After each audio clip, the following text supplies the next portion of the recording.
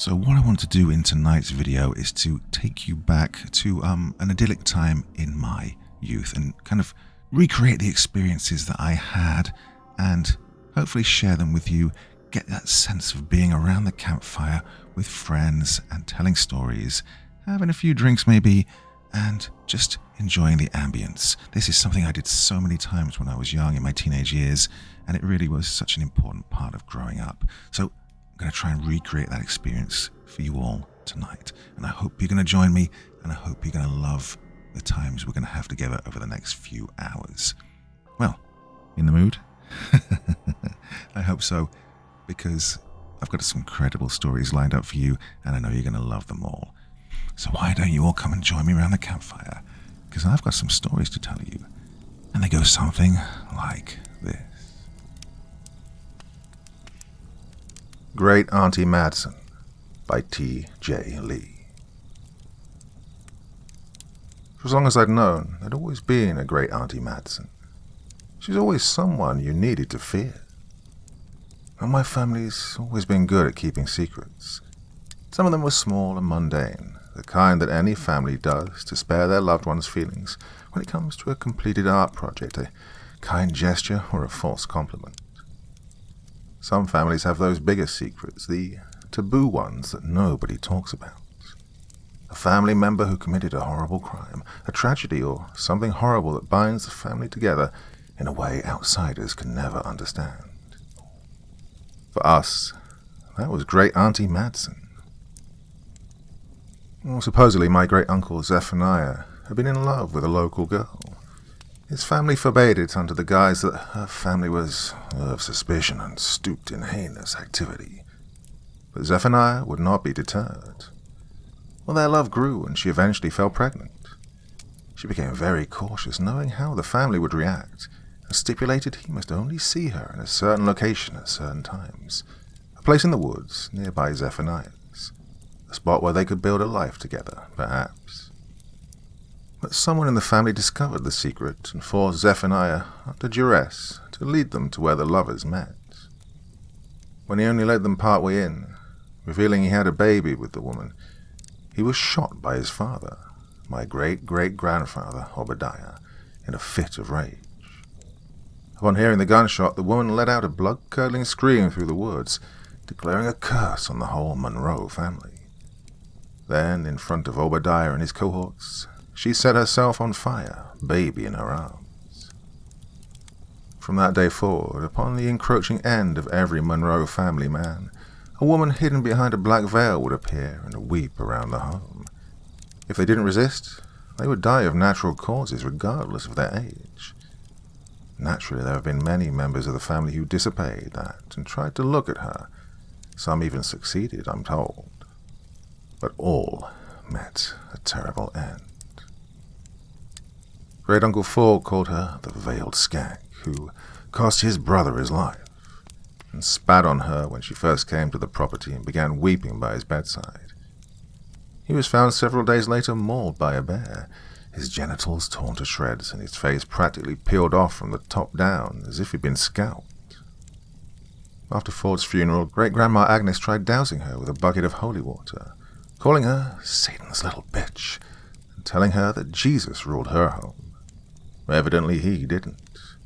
She later took herself to the top of the property, stood out on the roof, and hurled herself from it and onto the roof of the well below, her spine snapping in two and folding her inwards as her body plummeted into the well below. Obadiah said he could hear the weeping from the well constantly taunting him, but he learned from his errors and never sought to disrupt Madson when she came to visit. He abided by her, gave her a room, and told the rest of the Monroe family to never bother her. When she came to his home in his advanced age, weeping and pointing a finger at him, he didn't resist. He just asked for forgiveness. So it went. Some people resisted, others accepted. Our family grew, and the secret was kept until it reached my generation. It was the summer of 1997 when I first met Great Auntie Madson. Travis, sometimes she'll come to visit us. It's important you know that she's a little, different. My father would try to explain to a rambunctious 6-year-old me, who was still not great at understanding the whole different thing. But there was a palpable fear in his eyes, that kind of instinctive terror that made you pay attention. The unmistakable sense that if your parents, the strongest people you knew, were scared, maybe you should be too. She'll never speak to you and never bother you, but, and this is important, son, you must never try to look at her or talk to her, understand? He had his hands on my shoulders, looking directly at me and making me nervous as I hastily nodded. Now don't ever look at her face, and don't make any contact with her. Just be polite and don't bother her, and it'll all be over quickly. She didn't turn up with a ton of luggage and a merry song in her heart, a scowl on her face with thunder clapping behind her, or any kind of grandiose introductions that TV and films had taught me to believe happened when a weird family member came to stay. No. Instead, she turned up at 2:30 in the morning when I'd gotten up to pee. I remember on the long walk back hearing the soft, unmistakable sound of a person sobbing. It was something you're hardwired to detect and immediately run towards. So naturally, even in my half-asleep state, I did just that. I picked up my pace from the bathroom and headed down the hallway to inspect the sound. It seemed to be echoing from our study. But as I ready to turn the corner for our stairs, I felt a strong grip on my forearm pull me back. I was about to scream when I saw it was my dad, wide-eyed and filled with fear as he put a finger to his lips, shaking his head firmly. It took me a few moments to catch my breath, but I nodded. He pointed sharply to my bedroom and I walked back, the weeping growing louder as I shut the door and pulled the covers over my head. Maybe it was the adrenaline wearing off, or that kind of level of fear where your body wears out quickly, but I passed out not too long after. It was the next morning when my parents sat me down and told me my cousin Grant, who lived a few blocks down the road, had been killed. They said it was a failed home invasion, but such is the way later in life, I'd come to find out the truth was far more gruesome. That night, a friend of Grant's had found his way into the property armed with a bunch of tools and evil intentions. He'd stopped taking his medication and believed he was possessed by the spirit of a Wendigo, destined to eat human flesh. He drugged, subdued, and tortured the entire family, but only Grant would be subjected to his cravings for flesh. When the police found the man hunched over my cousin's body, a piece of Grant's muscle was still dangling from his teeth as he screamed at them, lunging forward and into the path of a spray of bullets. At his funeral, great auntie Madson stood in the back of the procession, weeping as his coffin was lowered into the ground. We don't know what he did to upset her, but we can assume he interfered somehow. For being a child, I just thought she was a weird relative, and did as I was told when it came to keeping the secret, knowing full well that I get punished if I revealed the strange occasional visitor to my home. And so it went on, for over a decade. She would visit one of our homes, we would accommodate, and when we knew who was due to go, we paid our respects. Most of the time it went without major incident. Our family had grown in common sense as the years passed, and nobody wanted to die a horrific death. Well, that all changed when I was 19, and she came for my mother. It was a Saturday night, and we'd been watching B-movie sci-fi films, laughing at the bad CGI and the low-quality acting. Mom's laughter was infectious, filling the room way more than should be possible for such a small woman. She'd always kept herself in great shape, focused on her health, and raised me even while holding down a full-time job as a psychologist. Dad worked long hours, and she never missed a beat. She was a role model of mine. Seeing a pillar of strength crumble when great auntie Madson walked into the living room, 6 foot tall, face hidden behind a thick black veil and her frame hunched over as she wept, pointing at my mum, it hurt more than words could justify. Her laughter faded, her already small body looked smaller, her eyes sank and she nodded, never breaking eye contact. I remember those next few moments as if they'd happened in slow motion. My father screaming to stop, my mother's look of pure terror as I flung myself forward and stood between her and this spectre trying to take her away from me. You cannot have her or my dad. You need to find another family member. I don't care who. I stood defiantly staring up at this towering figure, the black veil hiding an expression that I was sure was curled into malice. The smell of rot hit my nostrils, but I refused to back down. Mom turned me around and pulled me in for a hug so tight, I thought she'd break my back, her weeping into my shoulder matching that of great Auntie Madson. "Oh, my sweet boy, I love you so much, but that's a choice I cannot let you make," she said between sobs, her hands digging into my back, desperate not to let go. "We all have our time, and you know what happens if we interfere with it, with her. Let this happen." I was about to protest when she pulled away, tears streaming down her face, and stared beyond me, towards something I was never meant to see. For some reason, maybe in response to my defiance or to send a message, great Auntie Madson had lifted her veil.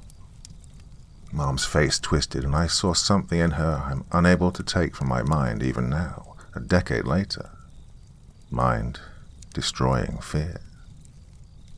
Her eyes widened, pupils dilated, veins grew large on her temples, and her jaw slacked open to let out a scream that threatened to burst my eardrums as she pushed me out of harm's way. Dad shielded my eyes, and we looked away as the screaming continued.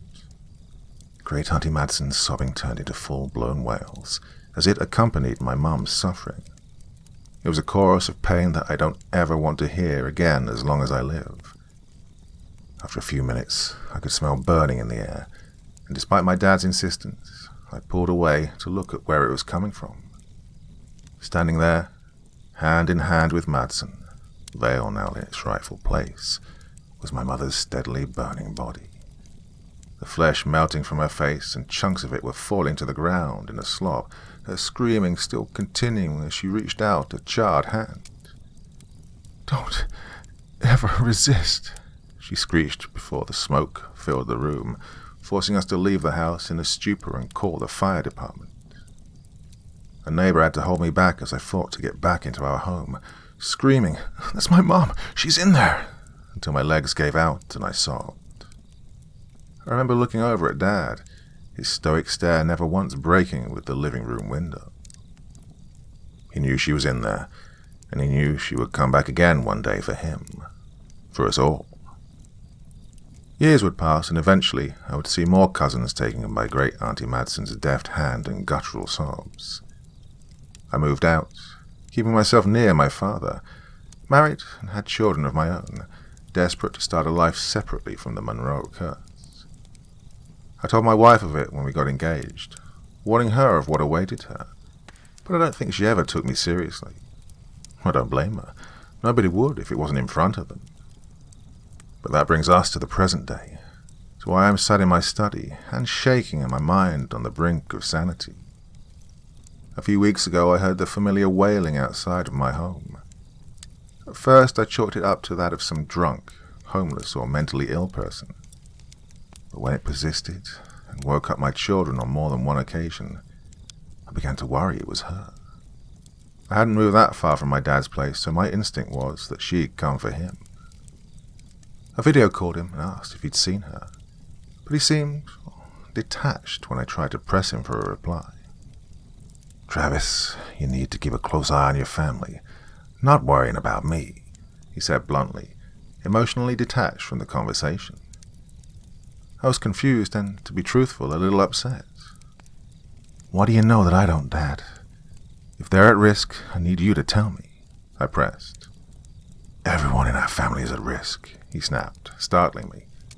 "That's what being a Monroe means. We're all at risk and we always will be." He sighed, calming himself down. "Oh, look, I'm sorry. I've just been worried about this happening. Your grandfather always told me we were fine if she came into the home and we accommodated." "Oh, honey, I'm just stepping outside for a sec, okay?" My wife called me from the hallway. I shouted back to let her know I'd heard before turning back to the call.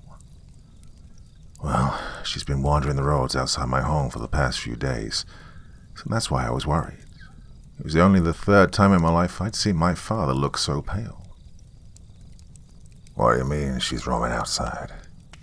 "She doesn't do that, she just invites herself in," he said, stumbling over his words. You sure it's her? Could just be a stranger, someone who's not well. I know it's her, Dad. We spent enough time around her to know the difference. She just turns up and wails for a bit before going off. Well, I thought she was after you. I paused, realizing how nonchalantly I was discussing what is, in actuality, a horrifying familial tradition. Why would she do this? Both of us stared for a moment before a horrifying realization hit us both at the same time. I sprung from the desk as Dad ran outside and raced to our streets. But there was no time. I got to my front door just in time to see my wife, who'd never fully absorbed the stories and believed them, walking determinedly towards Great Aunt Madson and defiantly telling her to leave the property. "You're scaring our kids, and I can't get a wink of sleep," she shouted authoritatively. Well, my wife always had a temper. She was a former Marine and was fiercely protective of me and the kids. "You need to leave, or I'll call the police. You got that?" Madson stretched out an arm, and I watched in horror as my wife pulled her over her shoulder and judo slammed her to the ground, the veil slipping as I screamed. My dad did the same as he turned the corner.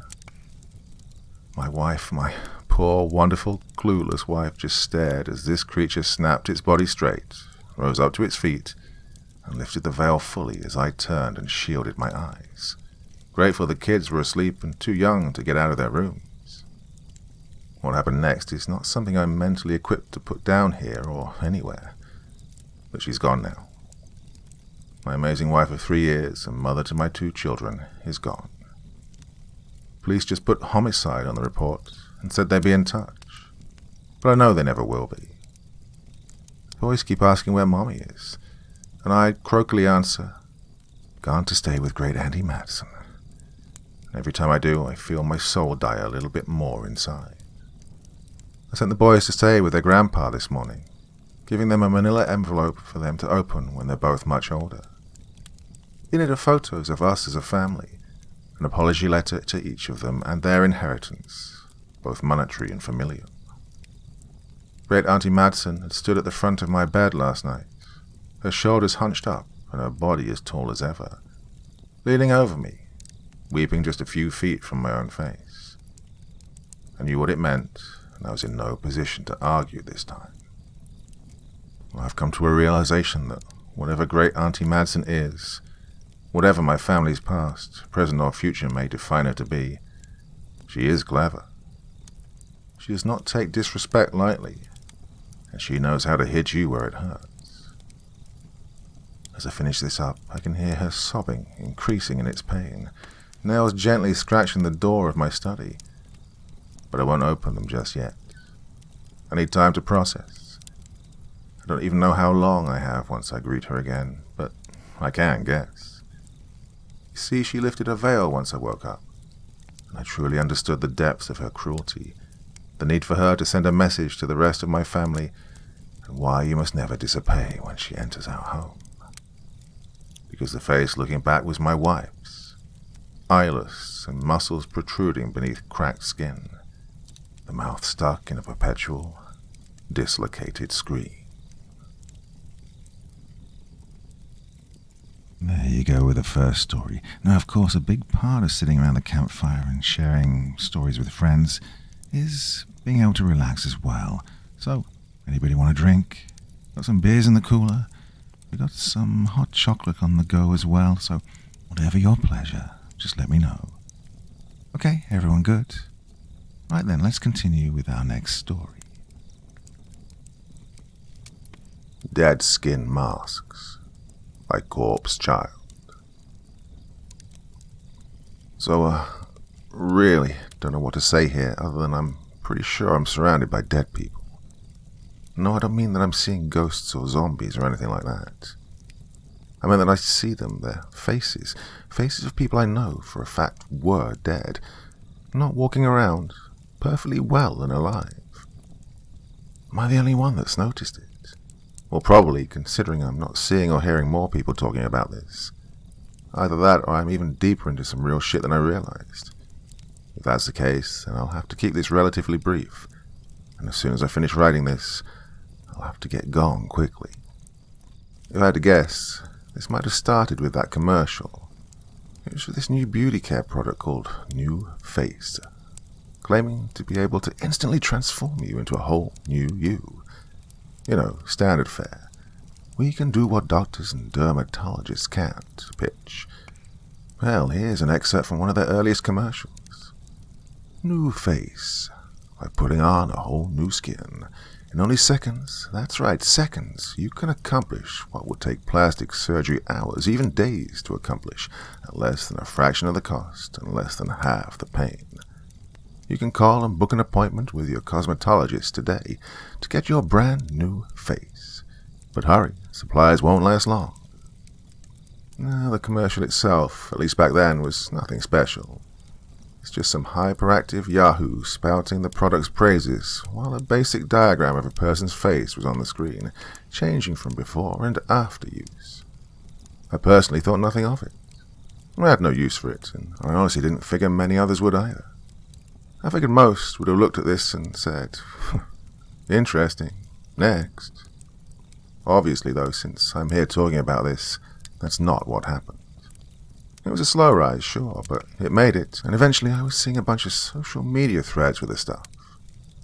I remember not being able to open Facebook for a week and a half without seeing at least 3 or 4 of my friends posting about, "Hey, got my new face today," hashtag New Year, New Me, along with 20-something odd other random people's posts on it. Again, this was just back when it had come out, about 9 or 10 months ago now. I should also mention that it only seemed to be available in my city, Pine Brook, North Carolina. I tried at one point, out of sheer curiosity, to look to see just how widespread it was. Nowhere else seemed to offer the product, though.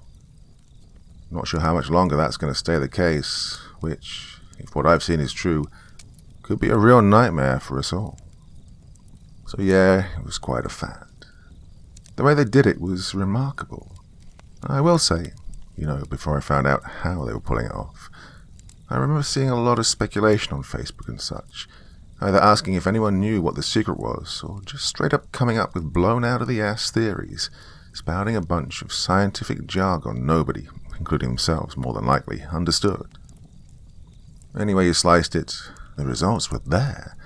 People posting before and after pics were showing how, when they went in for the treatment or operation, they looked vastly different. Some were gaunt and had wrinkles, liver spots, and just generally looked exhausted or sickly. After they got it, though, they come out looking unrecognizable. They'd look younger and healthier, as opposed to the aforementioned elderly, homeless, or drug addict type of look that I described before. Soon, of course, I began seeing some of these people out and about on the streets. Some of them were people I kinda knew, people I used to remember seeing frequently out and about. Either out shopping, grabbing chips and smokes from the 7-Eleven, or lounging around the bus stop just up the street from the Publix. All of them now had a new face. And they looked completely different, like they weren't even the same people anymore. A few of the ones I'd occasionally talk to, I'm not a very outgoing person, by the way, well, I had to ask who the hell they were. One time I asked a lady if she'd just blown into town here in the sticks from New York or something, being that hers made her look like a magazine model. Well, she laughed and said, "No, you goof, it's me, Christina, from the bar." I looked confused at her.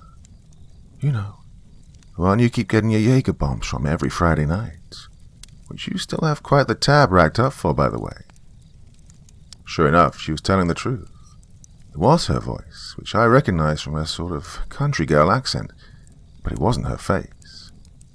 Her face used to be kind of rounded, with a dimple showing every time she'd smile. Now her face was a bit more pointed at the chin, longer too. The skin around her face was a bit darker now as well, where it was a very light white color before. Well, it was different, all of it.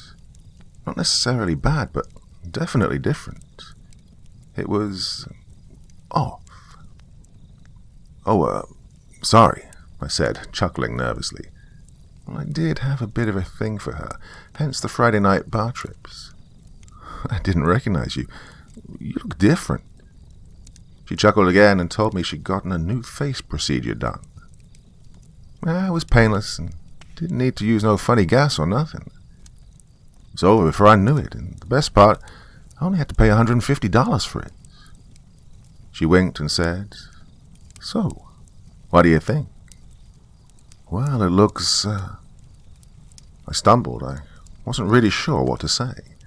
Sure, she looked hot with the new look, though again, I thought she looked cute enough the way she was before. But something about it, I don't know. I guess just how different, how new, I guess you could say it looked on her, caused me to hesitate, freezing my tongue. Her face began to sink a little, noticing my hesitation. I had to think of something to say quickly to keep from hurting her feelings. Finally, I worked up the gumption to say, "Well, it looks different. Looks new." "Does that mean you like it?" she asked shyly. "Well, yeah, I mean, it's just so weird seeing you look so different. Not even recognizing you, you know." Her face fell again. "Oh," she said, disappointed. "Well, okay, see you Friday?" I chuckled just as awkwardly and answered that I wouldn't make it, having to work late that night. Well, it was an obvious lie, but I guess she picked up on the point. She just said she'd see me around before walking away.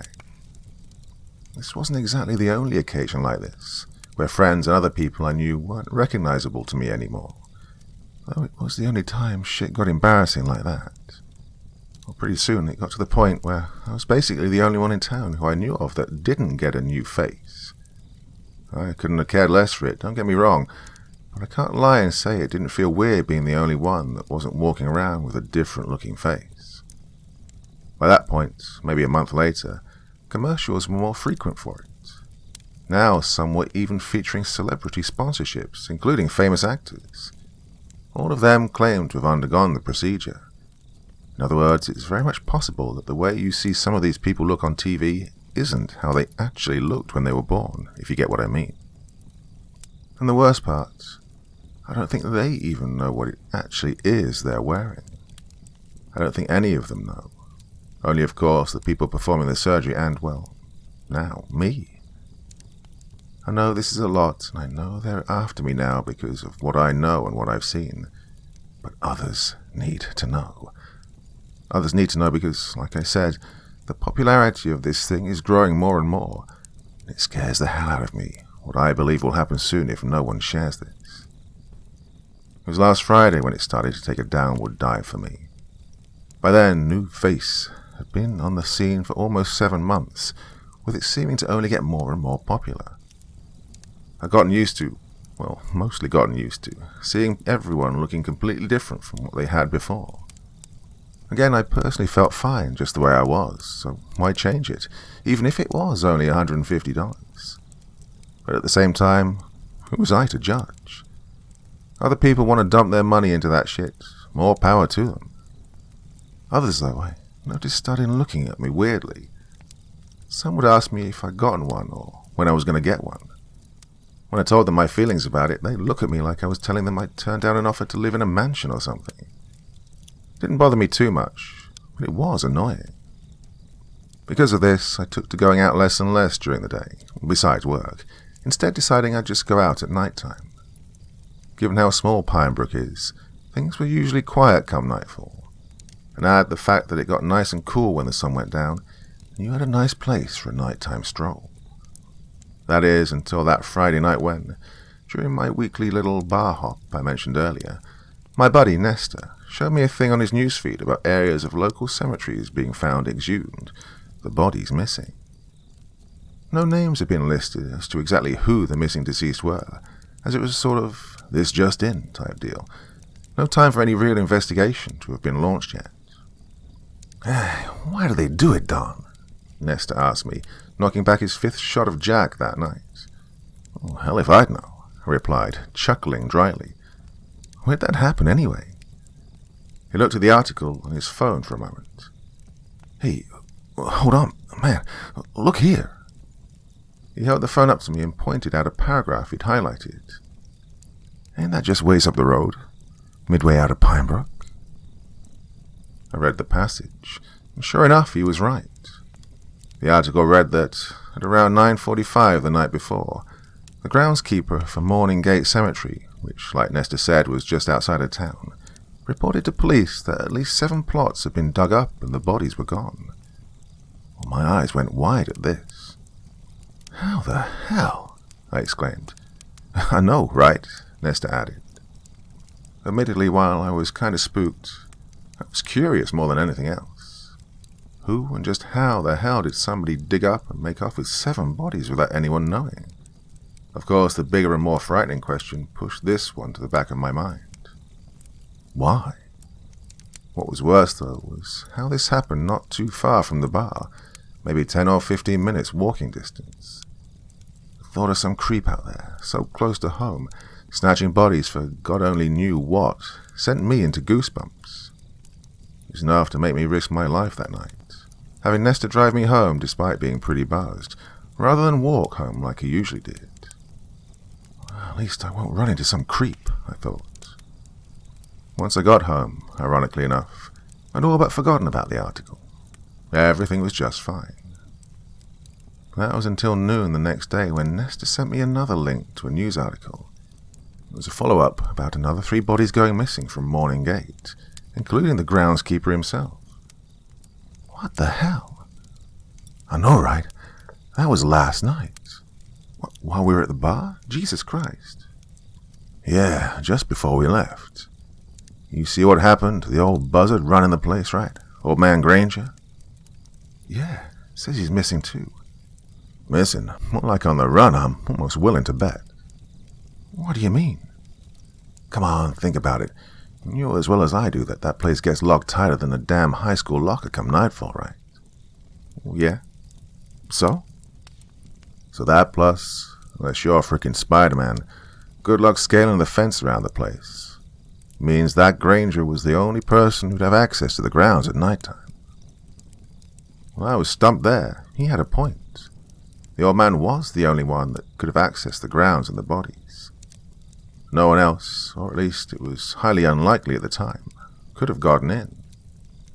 Okay, but why? Well, like you said, hell if I'd know. Well, it's not like old Granger was entirely your average Joe, you know.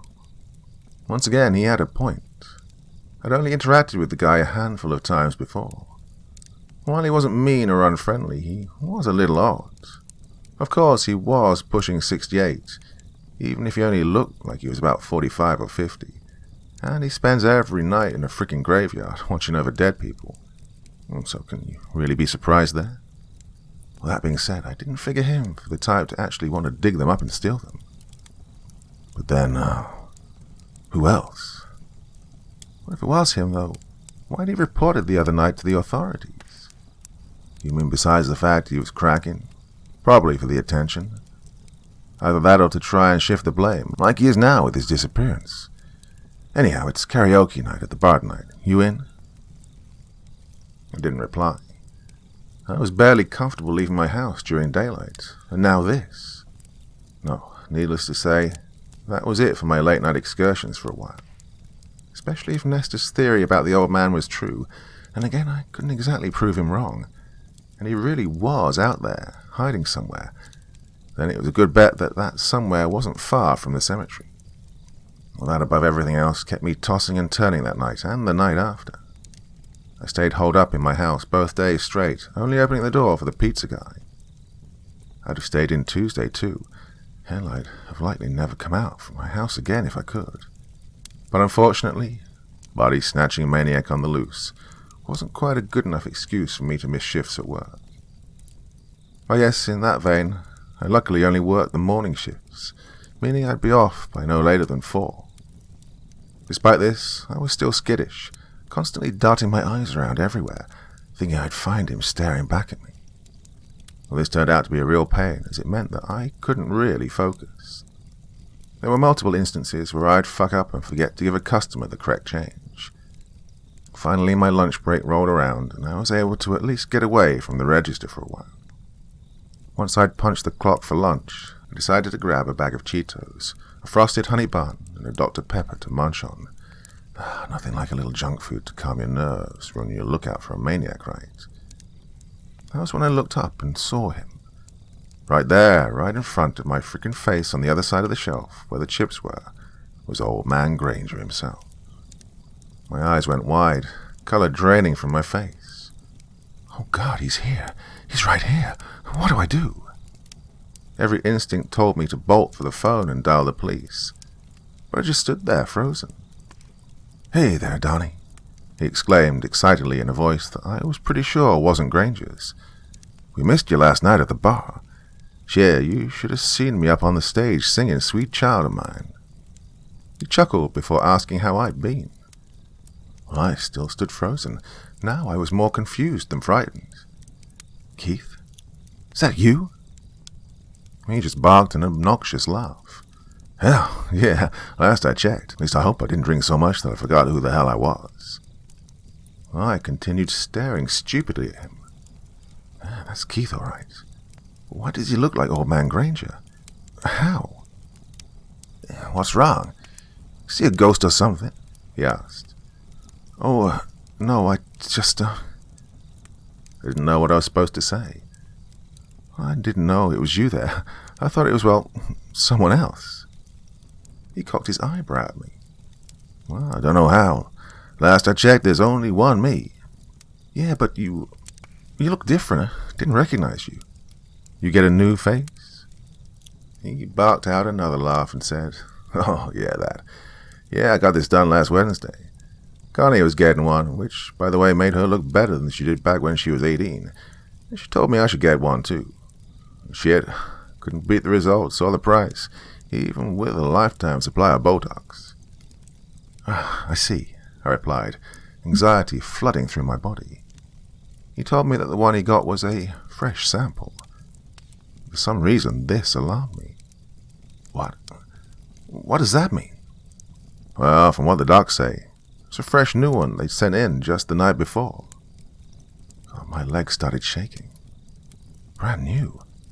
Just sent in, but then... "Oh, and, exactly when did you say you got this done?" I asked. A horrifying feeling was quickly worming its way up from my stomach, causing me to feel nauseous. "A couple of days ago, Saturday, I believe." He stroked his chin, the chin of Old Man Granger, and added, "I remember because I was excited to show up sporting the new look to the mag that night." Well, that did it.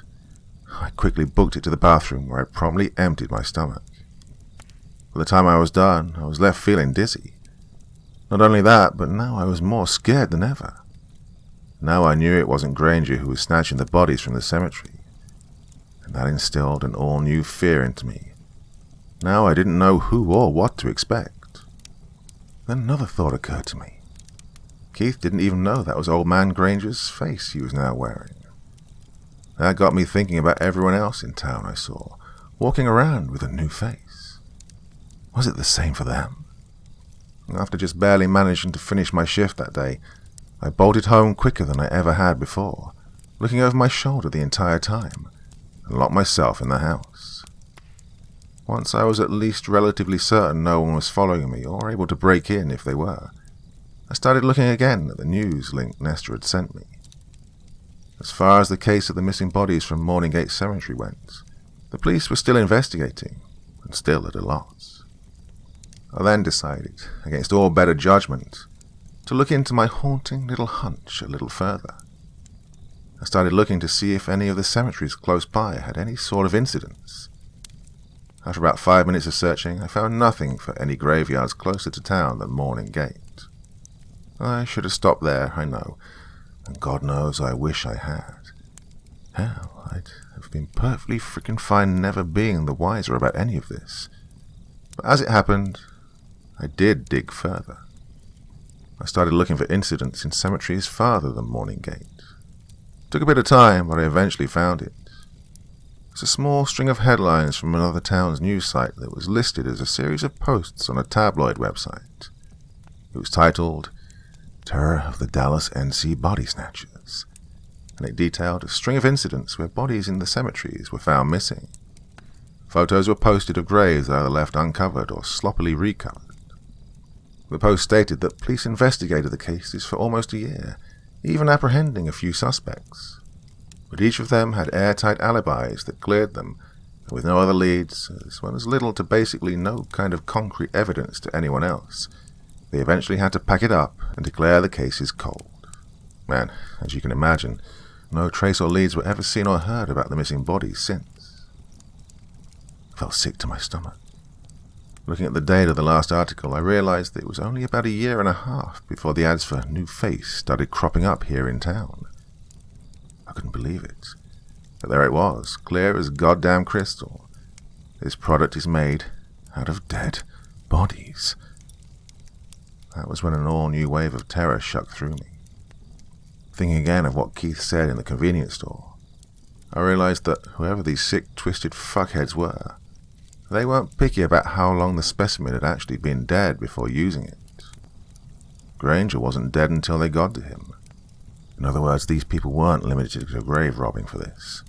They were apparently killers as well. And that's why I have to leave. I spent the past few nights packing what I can and finding somewhere I can stay in the next town over. I've put in my 2 weeks' notice at the convenience store as well, even though, once I'm done with this, I'm going to be well on my way out of Pinebrook and not looking back. I'll just leave you with this. I don't know how much longer it'll be before New Face, or possibly some other fucked up byproduct made by whoever these psychos are, ends up expanding their market outside of Pinebrook. But it will. I just hope that when it does, I'll be far away and people will know. Also, I hope that no one sees my face again. I'm afraid there'd be a chance that when they find me, it might not actually be me wearing it. Now, there's something very primal, very primitive about sitting around a fire. It takes us back to the early origins of humanity, when we first discovered how to create flames and get things to burn. Must have been an incredible feeling to experience that warmth for the first time, and to be able to do things such as cook food and heat water and everything. Wow. What an experience that must have been. And of course, that lives on in the backs of our minds, I'm sure. And it's why sitting around a campfire is such an incredible experience to us. So, anyway, I think it's time for another story, don't you? Okay then, here we go. Copycat in the Trees by Corpse Child. Remember, don't let him out of your sight, Randy whispered in my ear. I had him in my sights, an 8-pointed buck. He looked at me, locking gaze with me straight through the scope of my rifle. Oh, darling. I won't, I whispered back. I leveled the barrel of Old Darla at the deer's front, poised for a direct heart shot, good and clean. One shot and boom. It was venison for dinner. Oh, I could already taste it. Nah, you ain't going nowhere. My finger wrapped around the trigger. Right as I was about to claim my prize, however, the deer jerked its head off to the right towards the trees. It made its little mewling noise before turning tail and darting off into the woods. I fired the shot, but by that time it was too late. It was long gone, disappearing completely from sight. Son of a bitch, I thought. I sat back then, already feeling the shame of defeat. Me and Randy had been trying to find a game like that for months. Most of them, though, end up being older, wiser, knowing better than to be out in the open grazing like that. It was a particular hotspot for hunting, the best here in Greenview Pines, and they knew it. He shoots, he misses, folks, Randy jeered, chuckling. Adam, the dead-eye, stares destiny in the face and blinks. Yeah, I said, sighing and having a laugh at myself. I looked at him, opening the cooler and grabbing and cracking open an ice-cold Coors Light before taking a refreshing swig. Hey, want one? You know it, he replied eagerly before plopping down beside me and grabbing a Coors. Taking another swallow, I looked ahead where the deer had run off. Hey, I said, nudging Randy. What do you think it was that did it, huh? He looked at me, raising his eyebrow. That scared the buck off like that, I mean. What do you think it saw? He frowned, thinking for a moment, before shrugging and answering that he'd be damned if he knew. I mean, hell, you saw it, didn't you? That son of a bitch was mine. I had him. He downed a swallow of his beer, chuckling to himself.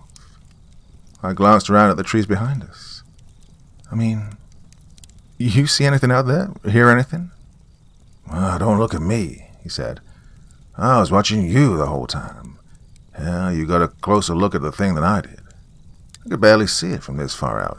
You at least had the scope. I barked a laugh before gulping the last of my cords. I started patting my pockets for my pack of cigarettes. I started to panic a bit when I couldn't find them. Where are they? Oh, shit, I'll just bet my dumbass went and left them at the... Randy said, holding up a pack of Eagle Greens. I breathed a sigh of relief and took them. He laughed and remarked, no wonder you lost the buck. You can't even keep up with your damn cigarettes. I grinned, rolling my eyes while taking out a smoke and lighting up. I then sat back again, taking a nice long drag of it, savoring it. Nah, pal, I saw it.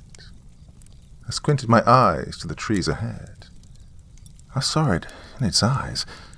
Well, you didn't see him. See his eyes? I mean, I had him. He was mine. Till something, somewhere, went and spooked him. I dragged again at my cigarette before turning to look at Randy. You think maybe he saw me?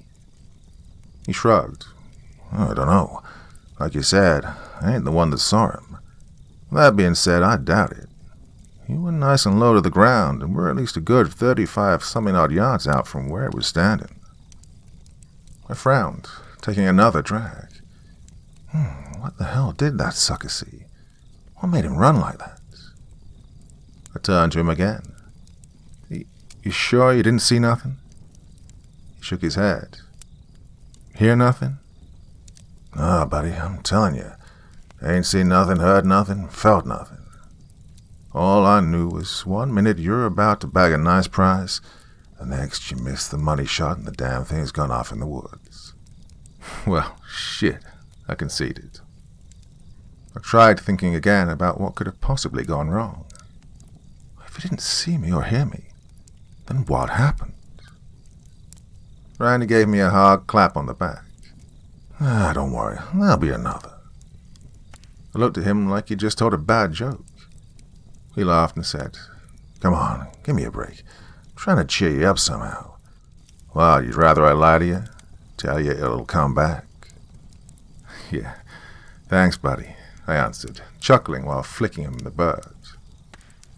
He laughed and joked. I love you too, pal. For about half an hour after that, the two of us just rested there while the sun slowly started to set. Him downing all but 3 of the remaining Coors Lights while I smoked another cigarette.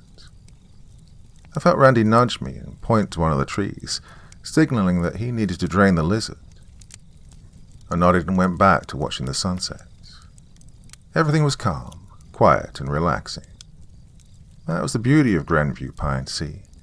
Everything just had this natural way of making you feel all nice and cozy while out in the wilderness. No internet, no cell service, nothing. You didn't need any of that, not in a place as beautiful, as peaceful, and as just plain alive as Glenview was. That's how it was for me anyways, just me in the calm, quiet wilderness. And despite this, for whatever reason, maybe because I was a bit of a sore loser when it came to this sort of thing.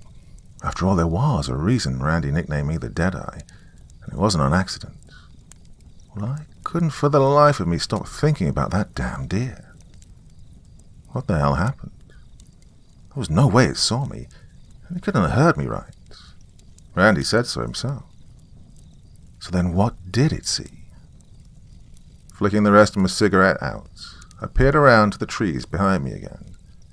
By this time the sun was pretty well gone, making seeing anything in the densely packed woods damn near impossible.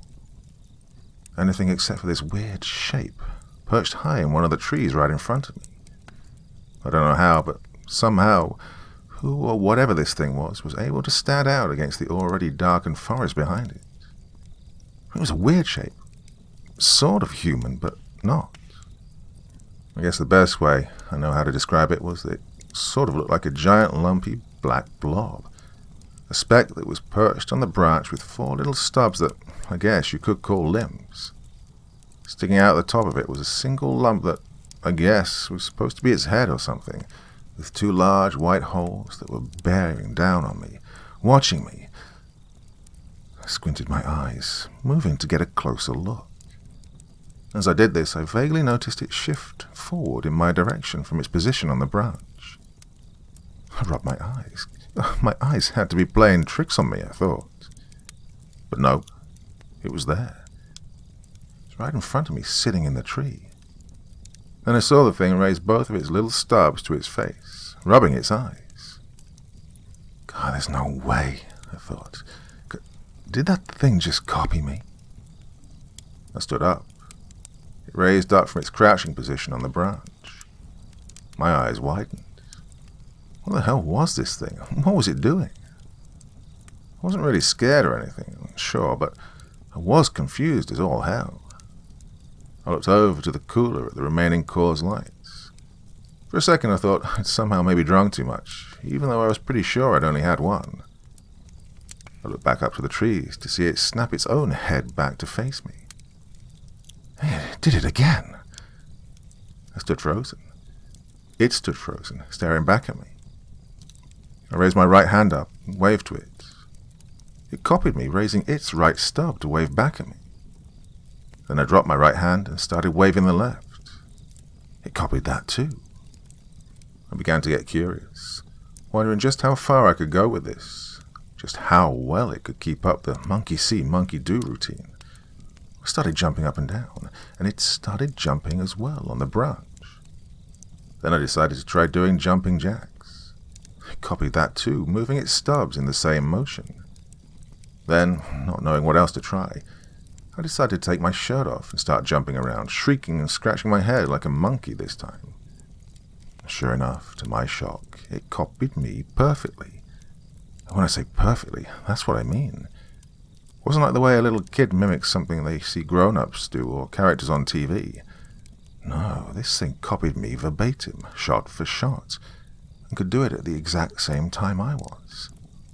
In other words, this thing was like my reflection in a mirror or something, except of course it looked nothing like me, or anybody or anything else for that matter. Odd, sure, but it was nothing too alarming, I guess. At least until I could hear it start shrieking too. It sounded just like how I did, distinguishable by the fact that my monkey noises usually sound rather hoarse instead of the high-pitched shrieking you usually hear. Now I was a little unsettled by this. Again, copying my movements was one thing, but perfectly mimicking my voice too. Something about that just wasn't sitting right with me. I didn't know what to do. I felt like trying to move anymore was a bad idea. Like letting it mimic me anymore would give it some sort of knowledge or power or something. Well, I wasn't sure, but I got the idea stirring up in my head that that was why it was there. Is this thing trying to spy on me or something? I was still standing there, locked in this little staring contest, when Randy called out to me from the woods. Hey, how'd you get back here so quick? My eyes finally broke from the trees to look at him, confused. Huh? I asked. Just a minute ago, you were right behind me. Figured you were taking a piss too. I turned around again, heading back, and couldn't see you no more. He then eyed me up and down and asked what I was doing and why I was standing around bareback. I just looked at him, more than bewildered myself. Randy, what the hell are you talking about? I asked. He raised his eyebrow. It was pretty clear by then that neither of us knew what the heck was going on with the other. I wasn't in the woods. He gave me a skeptical look. Well then, I really must have drunk one too many. But I swear God is my witness, I saw you in the woods just now. I shook my head. I'm telling you, who or whatever you saw there wasn't me. He stared at me disbelievingly again for about half a minute before holding his hands up, conceding. He then sat back down while I stayed standing for a moment longer. Briefly, I chanced to peek back up the tree limb from earlier. The thing wasn't there anymore. Wait, where'd it go? I squinted as hard as I could, first up at the branch, then inside the woods themselves. Nothing, just the dark, densely packed forest, quiet and empty. I started wondering again if I hadn't just been seeing things. I mean, I was pretty sure I'd seen it, heard it. One drink wouldn't have messed up my head all that much, I didn't think. But at the same time, I was also pretty sure there was nothing there before, nothing that could have scared off my deer. I was also pretty sure shit like whatever the hell was in that tree wasn't normal. What was that thing doing up there on the tree branch? That question caused my body to break out in a violent shiver. Looking into the woods, I felt like, despite seeing nothing there, something was staring back at me, watching me. Hey, you okay there, pal? Randy asked. Huh? I replied, snapping back to him. Oh, yeah, I'm okay. You sure? He asked, raising his eyebrow. Because you're looking like you saw Bigfoot sauntering around in the woods there. I rubbed my eyes and chuckled dryly. I don't know, man. Maybe I'm just getting tired of something, you know. He snickered and reached into the cooler, pulling out one of the 3 remaining beers. Here, he said, popping it open and extending it to me. Take this. Maybe it'll take the edge off a bit, huh? I snickered and took the beer, downing a gulp. He was right. At the moment, at least, I felt able to relax a little again. I sat back down next to Randy, looking up at the now fully nighttime sky. Everything was nice and peaceful again. I made it through only about half my drink, when I ended up nodding off. I woke up a little later, needing to relieve myself, so I groggily shambled over to one of the trees. As I was doing this, though, I heard a noise coming from one of the trees off to the left of me. It, too, was the sound of someone peeing on the ground at the base of a tree. "Randy," I called out, still half asleep. "That you?" I peered around the tree I was peeing behind and instantly tensed up. There it was, that thing from the tree. Like before, it was somehow distinguishable, despite everything else already being extremely dark. It peered around the tree to face me, its large white eyes boring straight through me. I saw that both of its arm stubs were pointed down in between its leg stubs, looking like it too was taking a piss. What the hell are you?" I cried out to it. Still don't know why I did that. What good was that going to do me? I didn't know, but at the same time, I didn't know what else to do either. In any case, though, I will say that I ended up wishing I hadn't done that, because next thing I know, I heard the damn thing shout back to me, repeating what I'd just said using my voice. I started backpedaling toward the camp, and mimicked this by taking steps of its own backwards. As it went, I watched it start to sort of twitch and wriggle, shifting. I then noticed that it started to change, transforming until it looked exactly like me. This made my heart stop mid-beat, my blood freezing almost solid. I couldn't believe what I was seeing, even just for the brief moment I saw it. That was me. It had turned into me.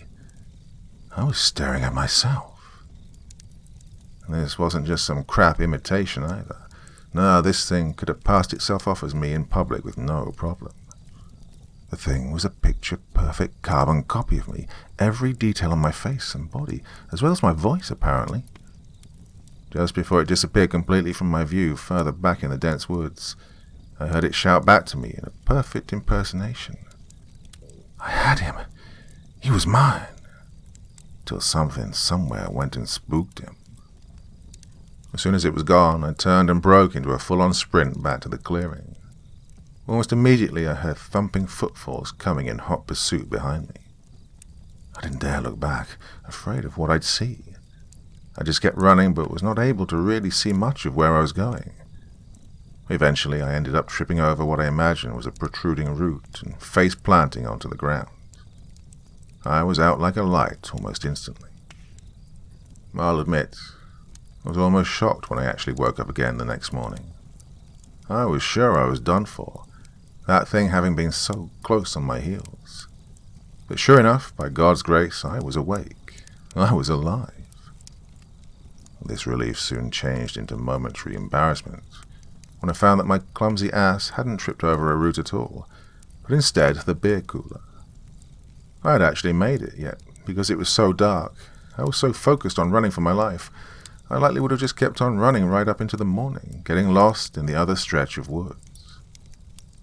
I actually found this kind of funny at the time, just the sheer irony of that situation. That would be just my damn luck, wouldn't it? I thought, snickering. I went to the overturned cooler for a beer, when I found all of them empty, having all been drunk. Well, now I was alarmed, well, more like aggravated. That little weasel. He knows better than to go on it. My thoughts froze. Then I actually looked over to Randy's spot, only to find no Randy. "Randy!"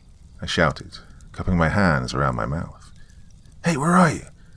Come out so I can kick your ass for drinking my last 2 beers." This was met with only silence at first, and then from the distance, inside the woods, I heard Randy's voice shouting back. "Hey, don't look at me. I was watching you the whole time." I stood for a moment confused. What the hell? I called out again. "Randy!" I heard his voice shout back again, this time laughing. No wonder you lost the buck. You can't even keep up with your damn cigarettes." I started walking in the direction towards where I was hearing it come from. Randy's voice continued laughing. "Randy, hey, come on, cut it out, man. Where are you?" "Oh, come on, give me a break.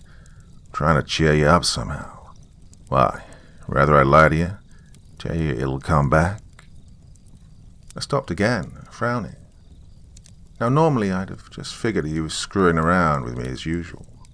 Just another of his little pranks after busting his ass laughing after seeing me trip over the beer cooler in the dark while barreling out of the woods like a bat out of hell. But, something about this wasn't striking me as funny. Besides the fact that all my beer was gone. Something felt off. Couldn't tell why at first, but it did. It felt wrong. I heard Randy's laughing again coming from the woods. It was him, his voice, his laugh. But at the same time, I was getting the horrible feeling that maybe it wasn't Randy out there. That got me thinking about the incident with me in the woods the previous night. That thing, the black, sherry, whatever it was able to sound just like me. Not only that, it was able to look like me too. And then it hit me. Didn't Randy say he saw me following him in the woods before that? I realized too that who or whatever was out there was only repeating back to me things Randy had said to me earlier. That was until I heard the voice scream, "What in the name of..." trailing off into a muffled scream. Despite my suspicion, I couldn't just stand there anymore. I know what you're probably thinking too. God, it's a trap. Yeah, but I just couldn't risk the fact that that might have actually been him, and now he was in some sort of danger. I broke into a sprint into the woods where I was hearing the muffled screams coming from. I started calling out for him. "Randy! Randy, where are you?" I ran deeper and deeper into the woods. Despite it not even being past noon yet, the tight grouping of the trees all around me, something that's always been a distinct characteristic of the trails here in Grandview Pines, caused the area to get darker and darker the further I ran into them. "Randy! I stopped when I heard Randy's laughter again. Oddly, despite being in the same general vicinity as to where it had been coming from a minute ago, it still sounded distant. Or maybe a better way of describing it would be to say that it sounded less like he was actually there laughing, but more like I was hearing a recording of it. Like I said, I could tell the voice was his, but I could also tell it might not have been coming from him.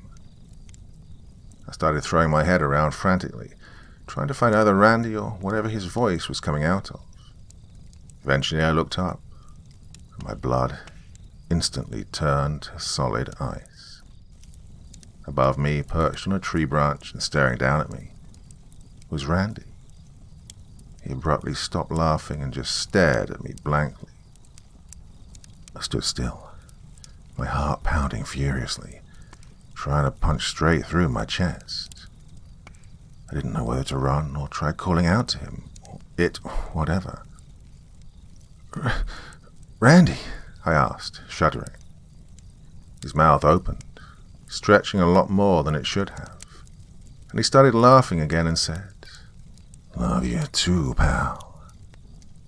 My eyes went wide seeing this. I wanted to puke. That was his voice, his face, but I knew right then that it wasn't him. "What are you? What'd you do with Randy?" I started breathing heavily. Adrenaline was slowly filling my entire body. I could feel the urge to, at any moment, either charge up the tree at the thing, choking the life out of it and demanding to know where and what the hell it had done to Randy, or turn tail and run out of there, all the way back to my truck at the bottom of the mountain.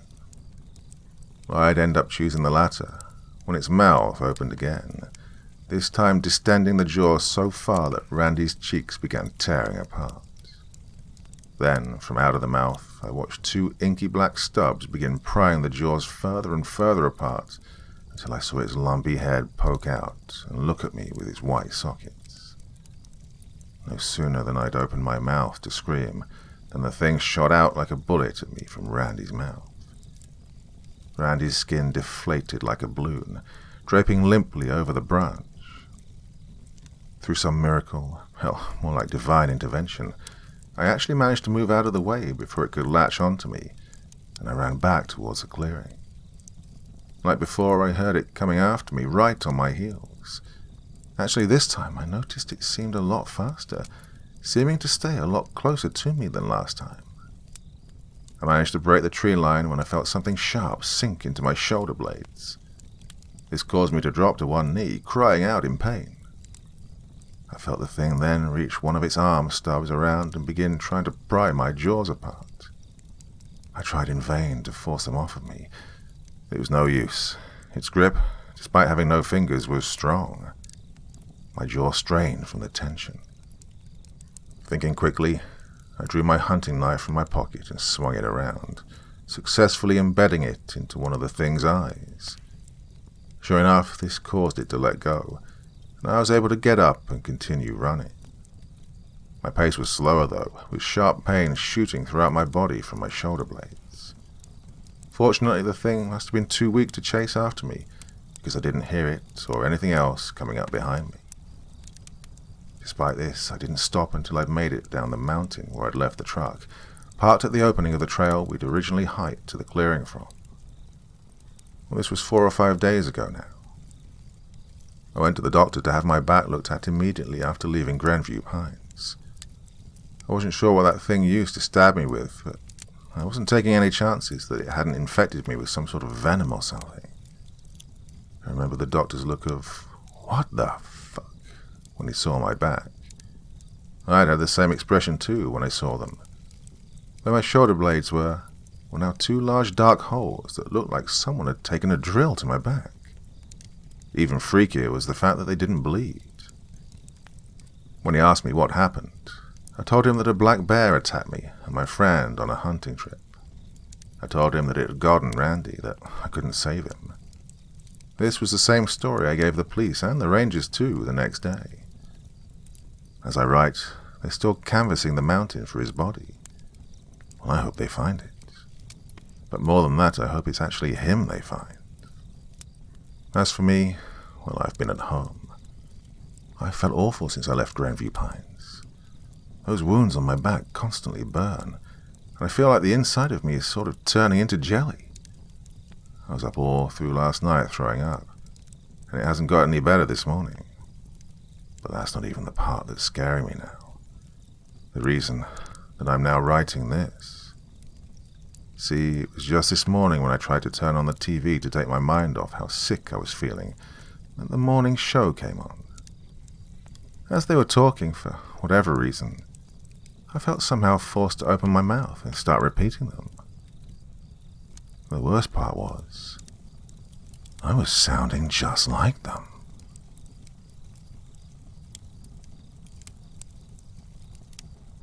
Now, of course, the ironic thing is that the campfire is such a beautiful setting that a lot of people who started out listening to this might be asleep by now. And if that's the case, then it's all good with me. A lot of people say that my voice is very relaxing and it helps them to get to sleep. And I really love that fact. So if you have any ideas about what kind of videos I could make that would help you do that specifically, hey, there's a comment section below this video, so why don't you drop me a line and let me know what you think. Anyway, for those of you who are still awake and listening, I think it's time for another story, don't you? Okay, then here we go with Abasham Redacted by E.B. Davis. There are seemingly countless sleepy little towns in rural America, practically invisible to all but the few hundred who call each of these towns home. Only 100 years ago or so, Americans used to live in these little villages, making a living as farmers. Society has changed so much and so fast that it's easy to forget that these towns exist. Unless perhaps if you're in an airplane flying at night, looking down at the window at tiny little clusters of lights, or perhaps randomly trawling through Google Earth in the idle chance that you might find something interesting. Abasham is one of those towns that's practically invisible. I won't mention which state it's in. Some of these towns should be forgotten, and Abasham is one of them. When it comes to the scenery, Abasham ranks among the best. It's nestled in a region of great natural beauty, though it's subtle instead of dramatic. It's ideal and idyllic farmland. It's the sort of region where photographers come to make postcards, or maybe famous computer desktop backgrounds. There are countless rolling, gentle hills. None are too high, but most are high enough to make you want to hike to the top and see what's on the other side. They're high enough to present a face to the setting sun, or rising for that matter. During the golden hours of dusk and dawn, they're particularly beautiful. In the early days, this farming town grew mostly wheat, though that industry was largely declined for a multitude of reasons. The land is now mostly owned and run by giant agricultural conglomerates, and they mostly grow grass for hay to feed beef cattle on ranches a few counties over. Still, those rolling hills are a sea of green in the spring and turn a white gold in late summer before the harvest. The hills, when viewed somewhere high, are spotted here and there like an Appaloosa with little forests of trees, usually oak and maple. Little cool babbling brooks meander in and out around the bases of the hills. Scientifically, the region is known for a special species of endemic butterfly, small and blue, and beneath this sod one can still find earthworms of unusual size. This works out well because those babbling brooks are also beloved by the fly fishing community, many members of which will gladly swap out a whole box of handmade flies for a few of those whoppers. The most notable resident of Abasham is Trevor Milton. Trevor's high watermark of local fame came to him when he was a teenager. Abasham High School, class of 1999. Improbably, Trevor didn't even play football. Football is king, they say, in rural America. If a teenage boy is going to become a small-town hero, he's usually a football player, usually a running back. But Abasham had never been big enough to need a large high school, and its football team was lucky during a good year if it could field both a varsity and a JV team.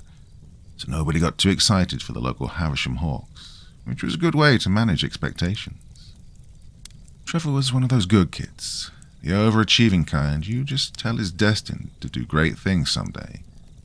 You feel a little privileged to have met him in his youth. He had big dreams of being a big city journalist. His English teachers had said that he had a great natural talent for writing, and his words would just flow out onto the page like water. Trevor also had an Eagle Scout-like drive for public service. He was convinced that being a journalist would be a perfect way to use his natural writing talent to help people, to inform the public, the recording of unbiased facts, undying search for truth, and so on and so forth. Well, there was never going to be an opportunity for Trevor in Abasham. It actually had a bi-weekly paper, but it was barely more than a newsletter. It had one full-time employee, the editor, who probably should have retired years ago, and a nice lady who came in part-time to put together the classifieds. Still, when Trevor asked if they'd be interested in a voluntary unpaid intern, they didn't turn him down. He told them it was something that he could put on a college application someday, and they thought that as well. He was the sort of boy that ought to go to college, so he learned to set the classifiers and advertisements. He helped the old man proof, though not write, the obituaries. And after a while, they let him even write articles on Havisham Hawke's latest loss. Trevor had another interest, the real key to his local fame. In fact, Trevor didn't find it really all that interesting, just another useful tool that would help him be a good journalist someday.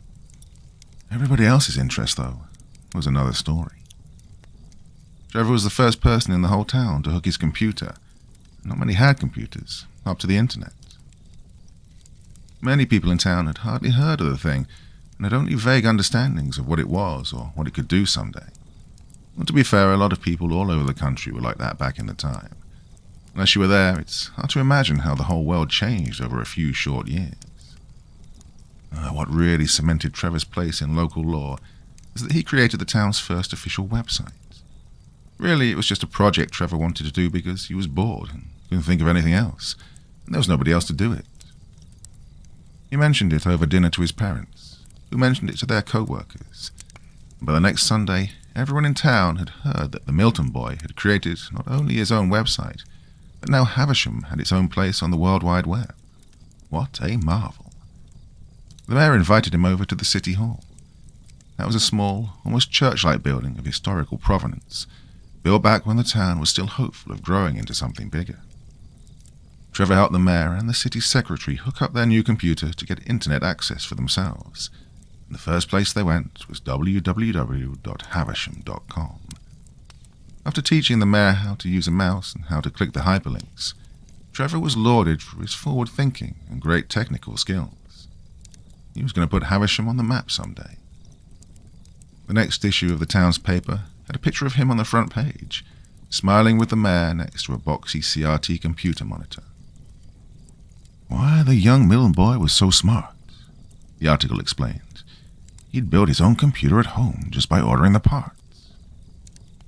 Down at the church, at the post office, the barber shop, the bar, the older residents would chatter to each other about that Milton boy and a website. Oh, imagine. They'd speak out all the wwws, the dots, and the com. They didn't know what it all meant, but the fact that it was a thing now amused them, and they laughed about it. Later on, Trevor would create websites for the 3 local schools, high and junior high, elementary and primary. He'd do the same thing for the parks department, covering the 2 parks they managed. The one in the city square and the one by the creek. Later on, he'd changed the URLs to the appropriate .govs and .edus, but the pages themselves still reflect that unique mid-late 90s web aesthetic.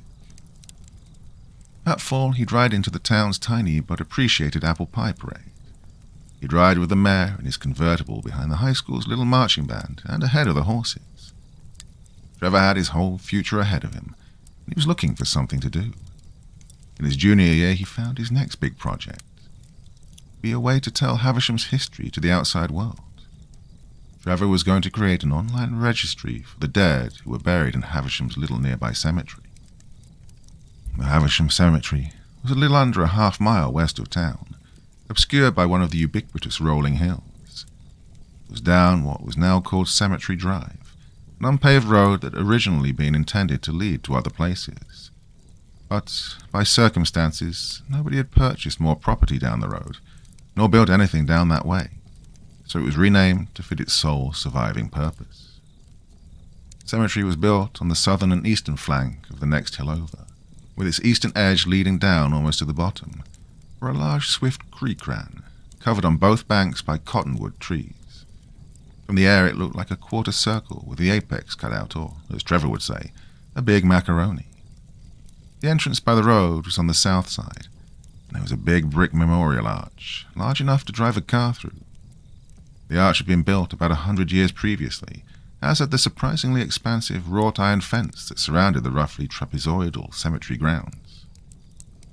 The graveyard had a fine view of the natural scenery. The tombstones, gates, and fencing had an additive effect on the picturesque quality of the place. Only by happenstance, no professional photographer had ever found this place. Havisham might be famous for it if they had, since nearly every resident of Havisham had at least some family member buried here. Even if it were decades ago, it was common for them to make a trip out to lay some flowers. They appreciated that their loved ones had such a pleasant spot as their final resting place. That said, burials themselves were becoming increasingly rare. The cost of burials had become impractical, and more people were choosing the more economical option of cremation. It was thought that this was all just as well. There was only so much empty space in the Havisham cemetery anyway. At some point it would be full. That was just as well too. Trevor Milton had planned to create a website for the cemetery.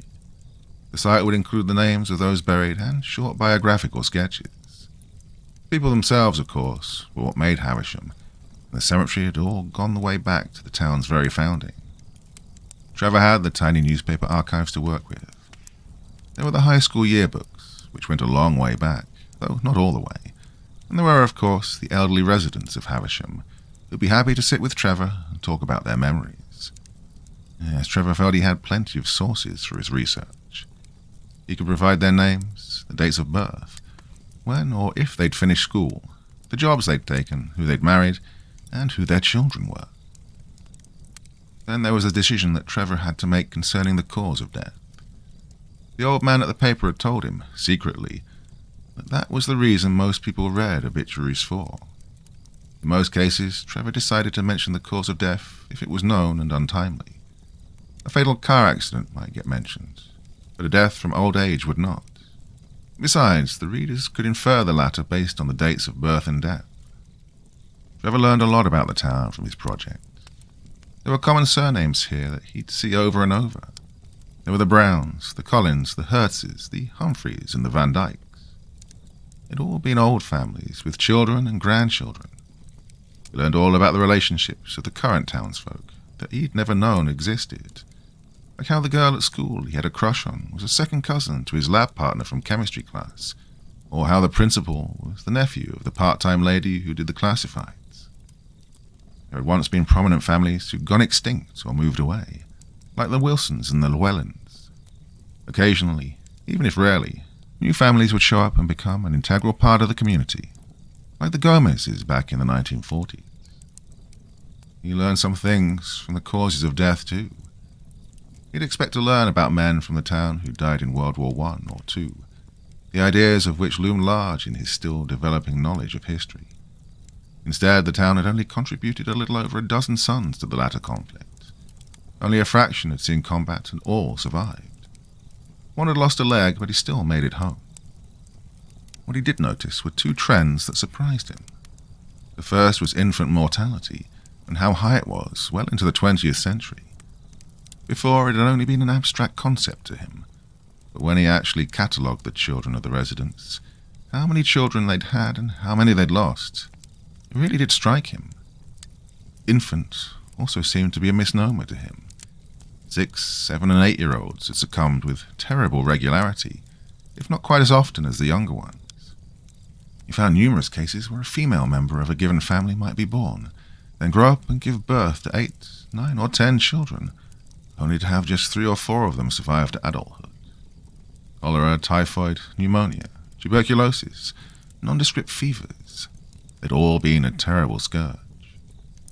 He wondered about the psychology of those poor people, how they could just accept things and go on with their lives. Based on the stories in the paper's archives, they seemed as happy and content as any people today. Oh, they must have had so much baggage. This would fade with more modern medicine, only to be replaced by a new scourge in the 50s and 60s. The number of traffic accidents shocked him. While there may have been laws against drinking and driving, it was still common and overlooked. The offenders weren't made public pariahs, and seatbelts weren't standard. Airbags didn't exist yet. When he looked at some of the old photos, he noticed a lot of the roads didn't even have the white lines painted on the sides. Traffic safety might as well not have existed. Trevor had never known anybody killed in a car accident, yet for a stretch in the late 50s through the early 60s, it seemed like at least one accident a year claimed the life or lives of local high school students, not to mention other residents of Sweetly. Like the generations earlier, people seemed to just strangely accept the problem, as if they had no choice. This was simply the consequence of the times they lived in. Later, the accidents would diminish, as had the diseases. As the cost of burials rose, so declined the number of burials. For the last 20 or so years, most of the buried had died of old age or the diseases that accompanied it. They'd be buried in family plots that had been purchased decades previously. It was like the graveyard itself was succumbing to its own old age. Trevor eventually ran into a roadblock going in the other direction, cataloguing the oldest of the burials. These people had died before there was any school yearbook, archived obituary, or the living memory of the oldest residents. In some cases, they had surnames and could at least be associated with known families, but in other cases they didn't. Their gravestone had been so weathered and eroded that the names were invisible. Though with some parchment paper and charcoal, Trevor could sometimes rub their names back into record. By fall of his senior year, Trevor had become more socially accepted by his peers. He'd been a bit of a pariah earlier, partly because of his strange nerdy hobbies and partly because of the way the grown-ups doted on him and not them. Yet by then, they'd all become internet savvy themselves and understood its virtues, and they'd gotten to know Trevor better too. They decided he was a pretty alright guy, despite his overachieving. One Friday night, a group of his friends showed up at the newspaper office, where Trevor had been given a desk where he did most of his work. Everybody else, both of them, had left hours earlier. Trevor's friends were asking him to relax and come out and hang out with them. He agreed, but he wanted to run up to the graveyard first and make a couple of rubbings. The evening looked pleasant, but the forecast called for the beginning of autumn rain soon, and he'd rather do it dry. The friends were amiable to this idea. It wasn't like they had any particular place to go. Most small towns don't. The point was to get away from adult supervision. A few minutes later, the group of teens were strolling through the Abasham cemetery, 2 hills over from the town. Normally it'd be closed by now, and it was, but Trevor had been given a key by Jim, the man who mowed the grass here in the graveyard, also the 2 parks and the high school's playing fields. Trevor marched off straight away to the eastern uphill corner of the cemetery, where the earliest plots were, right up against the fence, to get his work over with. The others milled about, a little awestruck at how amazing the view was at dusk. Naturally, none of them had ever been to this place before. Not this late, anyway. It was while watching the ball travel through the air that they noticed the first bat. It had swooped up from the thick patch of trees at the base of the hill. Moments later, a piercing white light shone from the hilly horizon to the east.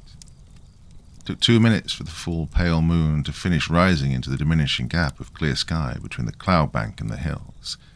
And by then, the sky was filled with whirling and cartwheeling bats, out feasting on moths and mosquitoes.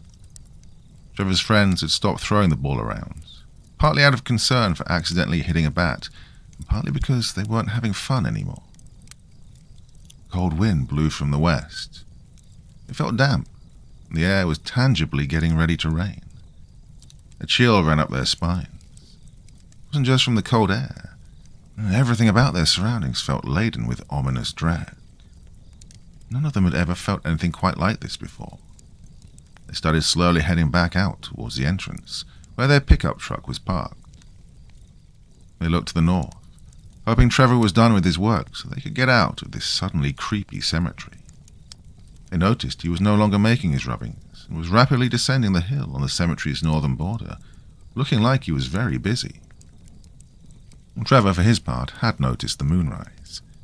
He'd recognized that it was past time to leave and had stowed away his work in his backpack. Yet when he looked up, that is to say, looked from his backpack down to the base of the hill, his heart skipped a beat. A chill ran through his blood, and the cold wind hadn't touched him yet.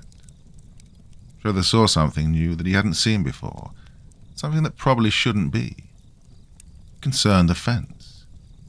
He was up the hill near the northern section, and his eyes followed the iron-wrought poles of the fence all the way down to the hill, just at the edge of the wooded creek bank, where it should have met the other section coming up from the south at a right angle. The fence almost reached the corner, but there was a break. The northern fence turned a sharp left and ran parallel to the other, then disappeared behind tall grass in the curve of the hill. Trevor descended at a good clip, A little dangerous if he hadn't been so youthful and fit. Still, the spear-like points of the eastern fence loomed up at him as he approached, and he swung his arms about for balance as he slid to a halt at the base of the cemetery. Sure enough, to his surprise, the fence lines didn't meet, and instead formed a curved passage around the hill heading north. If there had been a gate here, that would have made more sense. But it wasn't. It was simply a long continuation of the cemetery that somehow he'd never noticed before. Admittedly, he hadn't spent a whole lot of time in this one corner of the cemetery, but he still should have seen this. He took a look at the gravestone in the corner. Timothy Collins, 1919 to 1993. Sure enough, Trevor had been here before. He could remember writing up the man's description. Why hadn't he noticed the passage in the fence? The grass down the path had been mowed, presumably by Jim. Maybe he'd only mowed here recently. Maybe that path had been unmown earlier, and the tall grass had partially obscured the gap in the fencing. Trevor wondered what could be down the passage. Maybe just some maintenance area. Perhaps a tool shed where Jim had kept supplies. That almost made sense. The path was wide enough for a riding lawnmower, not a hearse, though. The grass of the path was a pale blue in the full moonlight. Perhaps that was the reason why Trevor noticed it now. The taller grass outside the fence was a darker grey. Maybe it stood out more in the moonlight. Trevor's curiosity got the better of him. He'd come to know the cemetery better than Jim, the mayor, or any of the old-timers in Abasham. It felt like it belonged to him, and he had to find out where this path led, despite him knowing that his friends wanted to leave. So Trevor walked the path. The trees to his right began to screen the moon, and only its light reflecting off the bottom of the cloud bank lit his way. But that was enough. The cottonwoods on the creek bank grew fairly straight, but they started to give way to oaks. Their large bendy limbs, heavy with moss, crossed the path over his head, a bit like giant grasping arthritic hands. If Trevor hadn't been surprised by his discovery of the path, he'd likely have been too spooked to explore. The open thick pasture just past the fence to his left buzzed with crickets, still out late for the season. To his right, in the creek, frogs were calling. Couldn't identify their species by sound, but there had to be at least 3 different kinds. They were as distinct as they were loud. Well above his head, a great horned owl hooted. It didn't startle him or make him jump. He was used to hearing the owls, and he even enjoyed them. Yet here, in this situation, it only made the goosebumps on his arm raise a little higher. The path zigged a little to the right, then back to the left, around what must have been the cemetery's hill. Then the fence to his left turned sharp, and Trevor's heart leaped into his throat. The space opening up before him was more of the cemetery, but he couldn't wrap his mind around it. Here were more gravestones, rising up a second hill. If anything, it seemed even larger than the one he'd known. The grass was even mowed, but Trevor was convinced that Jim never came here. He tried to make sense of it. The cemetery only had one big section, and yet here was a second. Trevor had known that cemeteries in the south used to be segregated, but that wasn't the case here. The town never had that sort of history or population. He was aware that many cemeteries had sections for Jewish burials, but again, the town never had a large Jewish population, and he'd have expected Stars of David on the stones. Trevor rushed up the hill to where the trees no longer cast their shadows, and there was enough moonlight to read by. He didn't recognize the names here. There were the usual patterns of family plots and more distant relations, but none of the living townsfolk shared these surnames. There were the Conyers, the Paynes, the Chapmans, the Atkinsons, the Skurlocks, the Beckers, and the Hesselings. The birth dates generally declined the further up the hill he rose, matching the pattern in other portions. In the 1940s, the 20s, the 1890s, the 1970s. Trevor paused here to catch his breath. These dates were becoming older than the stones in the previous section, and if this continued, it would soon be older than the founding of the town. Once he was ready, he resumed his ascent. It was already higher than the previous hill, and it only kept going far higher than he could have guessed at the base. The dark patches he assumed to be shrubs turned out to be trees. The pale blue rectangles that he'd earlier thought to be tombstones turned out to be whole tombs. He stopped again in front of one of them. It was large enough to hold an entire family. There was a large iron door with heavy riveted bars, keeping the dead secure. On each side were two massive vases filled with the dried remains of flowers. Both were made from what appeared to be fine marble, and so too was the tomb itself. This made no sense. This was the tomb of a wealthy family. Abasham never had any wealthy individuals, let alone wealthy families. Yet when Trevor looked at his surroundings, there were more tombs than tombstones. This looked like the sort of cemetery you'd find in a major East Coast metropolis. Oaks had been planted here, not naturally but as part of the landscaping. They towered over the tombs, and each must have been several hundred years old, from well before the town's founding. And what's more, the hill was so high this should have been viewable from the original portion of the cemetery. Hell, it should be visible from the town. Trevor's compulsion drove him up the hill once more. He paused one more time before reaching the crest. Here, gasping, he looked at the nearest stone. At the top was a crude bas relief of a skull. On either side sprouted angels' wings. The epithet read, "Here lies Prudence Goodwife, age 93. Formerly lively, now dead as can be." Trevor was only a high school student, yet he knew enough about history to know this was impossible. The death's head, the rhyming couplets, the early modern puritanical name. This was the 17th century. This cemetery should not exist. Trevor moved on. When Trevor reached the top of the hill, the inescapable horror of his situation struck him like a brick. A part of the view he'd expected. Here was the usual rolling hill country, still picturesque even in the dying light. However, what was impossible was that they were all covered in tombstones, all the way off to the horizon.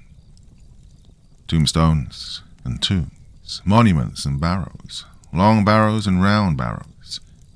Trevor recognized those out of history books. Off in the distance were great mounts. There were ziggurats almost as high as the hills. There were pyramids, small, steeply sloped ones at first, and then giant squat ones off near the horizon. Then, way off in the distance, above the horizon, literally reaching up into the sky, there was... Trevor's friends had gone back to their pickup truck. There they'd waited impatiently. When they got impatient, they got back out and re-entered the cemetery, ready to drag Trevor out, kicking and screaming if they had to. They all jumped when, perhaps only 50 yards past the entrance gate, they heard the sound of rapidly approaching feet, and then the scream, "Run!" They looked up to see the black silhouette of Trevor approaching at full sprint, waving his arms wildly, and they all took off like a shot back to the truck. They all rushed into the cab and started it up.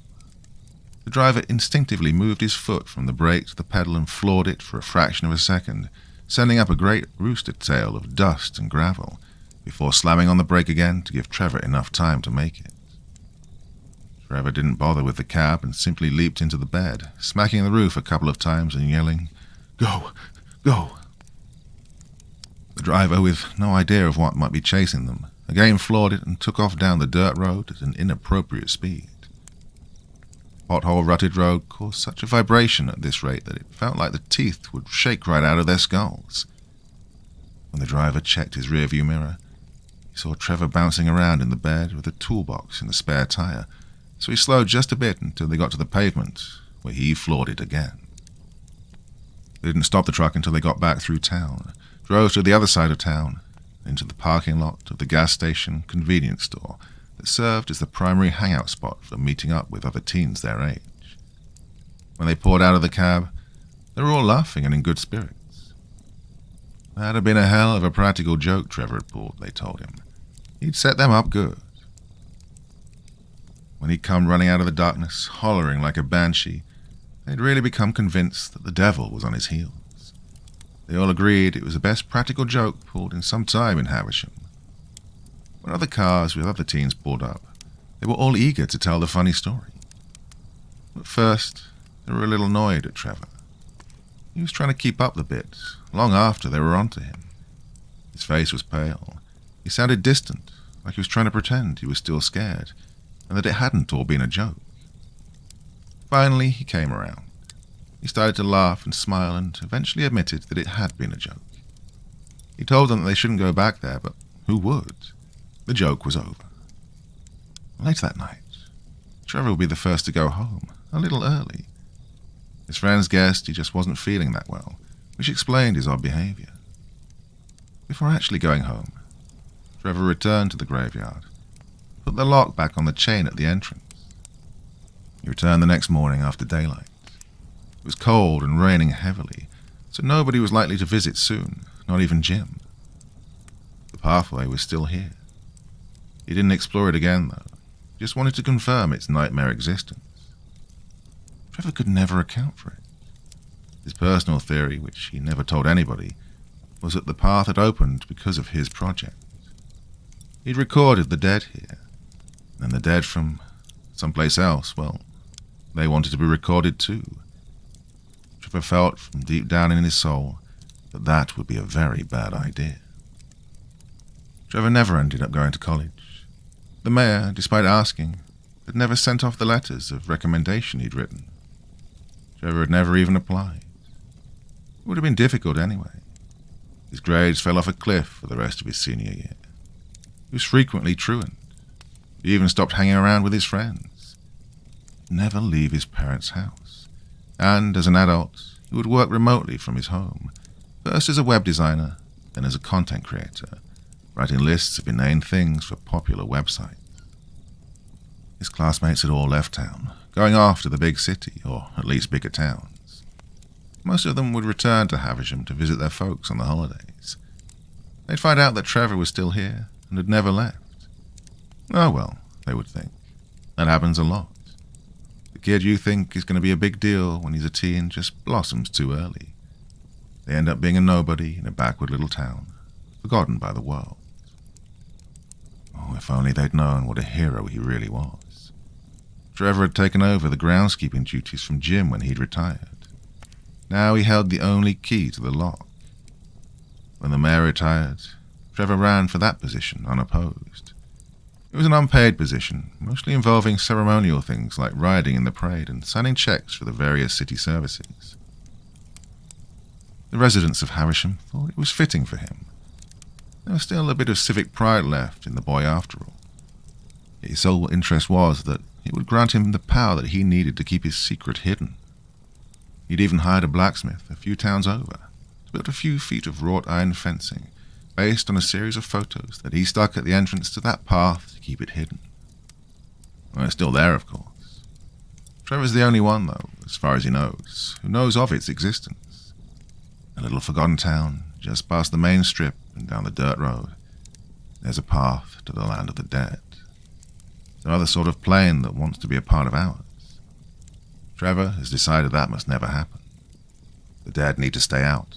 That thing that reached up tall behind the horizon, that means that nobody must ever discover that path. He'd like to be able to just wipe Havisham off the map, but he hasn't got that kind of power. All he can do is hope that people forget. He has to spend his whole life, sacrifice his whole life.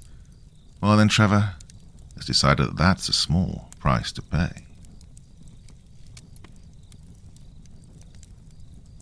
Well, I've brought you a very bizarre collection of stories this evening, and to tell you the truth, it's only going to get weirder and weirder as we go on, so for those of you who are still awake and enjoying this, well, lots more to come. Everybody okay for a drink? Some more beers in the cooler? Still got that hot chocolate on the go? Anything you desire. In fact, why don't we start roasting some marshmallows on the open flames? Sounds good, doesn't it? While we do that, why don't I tell you another story? I search for things people are too scared to believe in, by Cole Blazek. To give you a quick summary of what it is that I do is kind of complicated. Well, I'm the person that goes searching for things that most people are too scared to believe in, whether they're willing to admit it or not. I've searched for Wendigos, Aswangs, Kikimora, and other things that I'm not sure of. I keep a whole journal filled with everything I've encountered, but nothing compares to the being that I recently encountered, the thing that made me take a step away for a bit. It started with a rumor I heard in a bar in the middle of nowhere. I'd stopped in right after a case of mine that had just ended, one involving a supposed Jersey Devil sighting, but well, that's for another time. The reason why I stopped, you may ask, is because the sign for the bar a few miles back kept blinking repeatedly, as if something was telling me to stop. The inside was a quaint place, almost like your typical old-fashioned movie bar, hustling and bustling, happening all around. One thing did stick out, though, a light dimming frequently around a couple of patrons. I made my way over and stopped nearby to hear what they were talking about. I only got a couple of words before I spoke to the man talking later that night. A shadowy figure. Once things had died down a bit, I decided to approach the man myself. "Hey man, I couldn't help but overhear you saying something about a shadowy figure." The man looked at me for a long time without saying a thing. To cut the silence, I spoke up once again. "Listen, you don't have to tell me if you don't want to, but this is the kind of stuff I look into. I'm an investigator of sorts. Here, take a look." I opened up my jacket and pulled out a compendium I'd been working on. Gently setting it on the table, I slid it to the man, saying, "Here, have a look for yourself."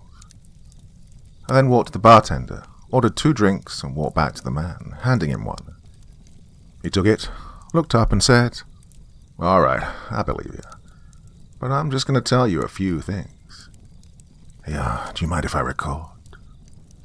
He looked sheepishly and finally spoke up. "As long as you don't use my name or this place's name."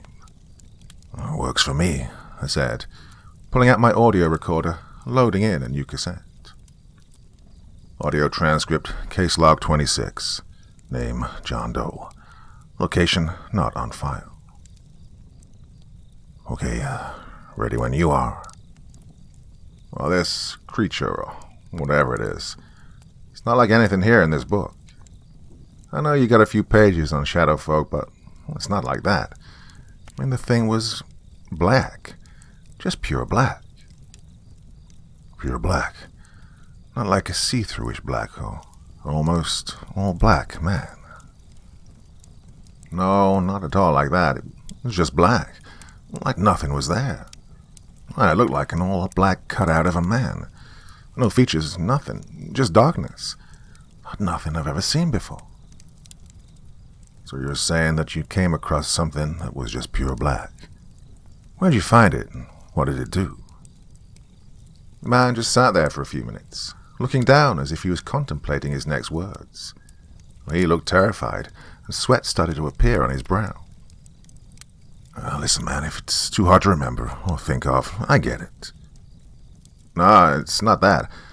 I remember everything. I wish I didn't. The things it did and the things it showed me were, well, I wouldn't wish it upon anyone, not even a stranger like you." "What do you mean? What did it do? Where can I find it?" You could tell the eagerness in my voice to learn more. "I won't tell you where it is, but let's just say I haven't been to this bar every day for the last few months. It told me things, and showed me. God, the things it showed me. Everyone's dying, the world's on fire, and... The man's head fell into his hands, and he began weeping, almost uncontrollably. "Oh, God damn it. Not again. I think it's time for you to leave," the bartender yelled from across the counter. Audio transcript, case log 26, over. After consoling the man and bringing him outside to wait for a taxi, he finally told me where it had all happened. It didn't take a lot of convincing, though. Well, for the safety of others, I will not disclose the location. I wasn't even sure if I'd find it. The place was interesting, and the drive was as well. The man's instructions were pretty clear. Drive here, turn at a tree. Turn, and boom. Well, it was a small, quaint town. Settlement? I don't know what to call it. It's kind of a small commune with 3 buildings, a post office, a bar, and a run-down church. But none of those was what I was after. A mile past the ghost town was a farm, or what was left of one. Collapsed barn, broken fences, and my target, the run-down house. The sun was setting as I finished my way down the long driveway. As I parked my truck, I got an unsettling feeling, and flashes of one of my cases came to mind. It concerned an old farmhouse like this. The family inside was all over the place, to say the least. Inside the living room was what seemed to be a man on his knees. But as I entered the room, it turned around, baring its teeth. It wasn't a man, but a wechuga. And it charged at me, throwing me to the side and running out the door. I didn't see it again. But that family, well, what happened to them has always stuck with me. Seeing that made me contemplate leaving and saying, fuck this. But I needed to know what would drive a man to break down to that point. Cautiously, I walked up the steps, peering in the windows to make sure no one was inside. Thankfully, the place was empty. I turned on my flashlight and reached for the doorknob until I heard, "Don't," very quietly. When I shot around to see, nothing. Thinking it was all in my head, I turned the knob and went in. As soon as I entered the house, I fell. I fell for what seemed to be minutes, sliding down this pitch-black hole, screaming. I felt a hand grab and scratch at me. Their nails ripped and tore at my flesh, the warm blood running across my skin before finally hitting the ground. I awoke, sitting on a chair, waiting for my vision to come into focus. I could see something standing across from me. I was in what looked like a root cellar with a few lights barely on around the room. Trying to gain my composure, I finally heard something speak. "You came seeking answers, and now you are here." "Where are you?" Right in front of you." I looked up to see it, but I wasn't sure what it was. It wasn't just black. It was as if there was nothing there, just a cutout of a man standing in front of me. It was like the absence of light. No features or anything could be seen. The light from my flashlight didn't even appear on him. And the dread resonating off of him made me want to scratch my eyes out and not feel it any more. I quickly pulled out my recorder and pressed record before the being finally spoke up once again. Audio transcript, case log 26. Name, entity. Location, cellar. "I am the absence of light, the absence of good. I am only darkness." "So, you're the devil?" "No, you fucking idiot. I am the embodiment of evil." "Well, sounds like the devil to me." The thing sighed. "Your Christian beliefs are not real. Every religion is wrong. When you die, there is no light, there is no heaven and no hell, only darkness.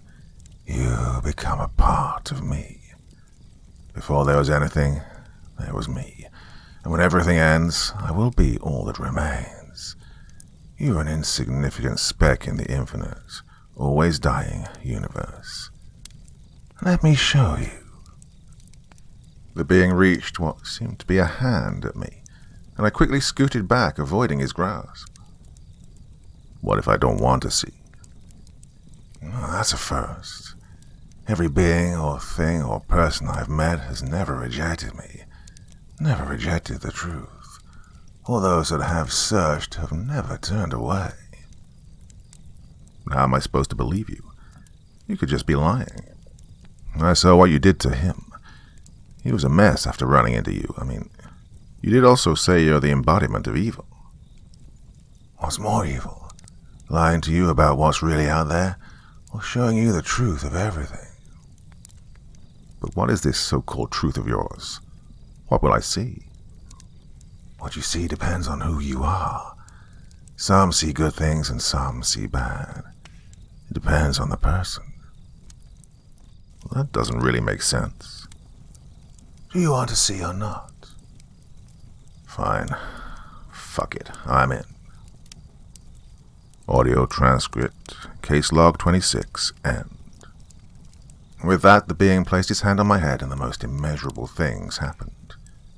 It was as though I was seeing the past, present and future all at once. The creation of everything, every universe, person and plant. Then, the destruction of it all. I've had 1,000 deaths and heard thousands of pleas. But I somehow focused on one thing. One of my first encounters with something. One of the dominoes that made the rest fall. It was Saturday, June 22nd, 1996. I was barely a boy, only 6 years old. My father just came home from work as my mum was finishing up supper. As we were eating, a loud screech came from outside, shattering the windows of our house. My father quickly got up and grabbed a knife before a beautiful woman with black hair stopped him. She wore a tattered dress, looked malnourished, and was covered in cuts. My father stood still, almost in a trance, and was unable to move. The woman inched closer, grabbing his head and turning it to the side. My mother was wailing and telling me to look away before the woman spoke. "I'm sorry you have to see this." With that, the woman got close to his ear, screaming in it as blood came out of his eyes and ears. Not only were my mum's ears bleeding, but so were my own. I passed out soon after and woke up in the hospital, only to be told I was an orphan. More flashes came and went, and I was soon in the deepest parts of what could only have been hell, feeling whips hit my back and creatures digging their nails deep into my calves and pulling down, only for it to reset and happen again and again, and then being nailed to a wall and all my nails pulled off. These were some sadistic fuckers, I thought, as the last nail got ripped off, only for them to all grow back again. I woke in my bed, gasping for air as I shot up. "Are you okay? What happened?" I heard my wife say while hugging me. "Just another nightmare. I think my medication's messing with me," I replied, getting up. "I'm going to go make some coffee and get a little work done. Go back to bed," I said before kissing her head and heading to the kitchen. It was 7 in the morning and the sun was just beginning to rise. I started with a pot of coffee and grabbed my laptop to do my annual reports that were due the following week. I was finally happy, living the life I wanted. It had taken years of therapy after my parents' death in that accident, but it was worth it. I finally had the woman of my dreams and 2 beautiful kids. Life was good. I awoke all of them to chocolate chip pancakes before going out and getting some groceries. While at the grocery store, I felt something watching me. But any time I looked around, there was nothing there. Until, finally, in the corner of my eye, I saw the silhouette of a person, almost like the cutout of a person. My head started ringing and my vision was getting blurry, and the next thing I knew, I was waking up gasping for air again, this time not waking my wife. And the worst thing was, I felt my body take control and grab a pillow. I could do anything but scream in my mind as the pillow was placed over her head and I watched her fight until she became limp. It happened over and over until I finally realized what was happening. I was punishing myself. I'd lost her long ago, but she's not dead. She just didn't want to be part of what I was doing. God, something was pulling my strings. I awake to flashes of lights and a hand gripping my head tighter in a forest. Slowly getting up, I notice that I'm clad in armor. Hearing screams, I look up and watch as a vicious beast tears apart people wearing both the same and different colors than me. A werewolf, but that's not possible. They've been extinct since the Dark Ages. And then I remember where I'm at and what I'm wearing. Fuck, I say as I look up and meet a hand of bloody claws right in my face. Falling down, I feel my jaw slack and see my ear on the ground. I feel the beast slash my Achilles before feeling its mouth close on the back of my neck. I wake up on the floor, panting for breath, not knowing what's happening or what reality I'm in. Audio transcript, case log 26. Name, entity. Location, cellar. Have you had enough? Are you now willing to accept that what you do is for nothing? Why is it for nothing, though? Because in all realities and timelines, you die a horrible death. You'll never live a happy life, only a life covered in darkness. Meeting me solidifies that. Caught ya. What did you say?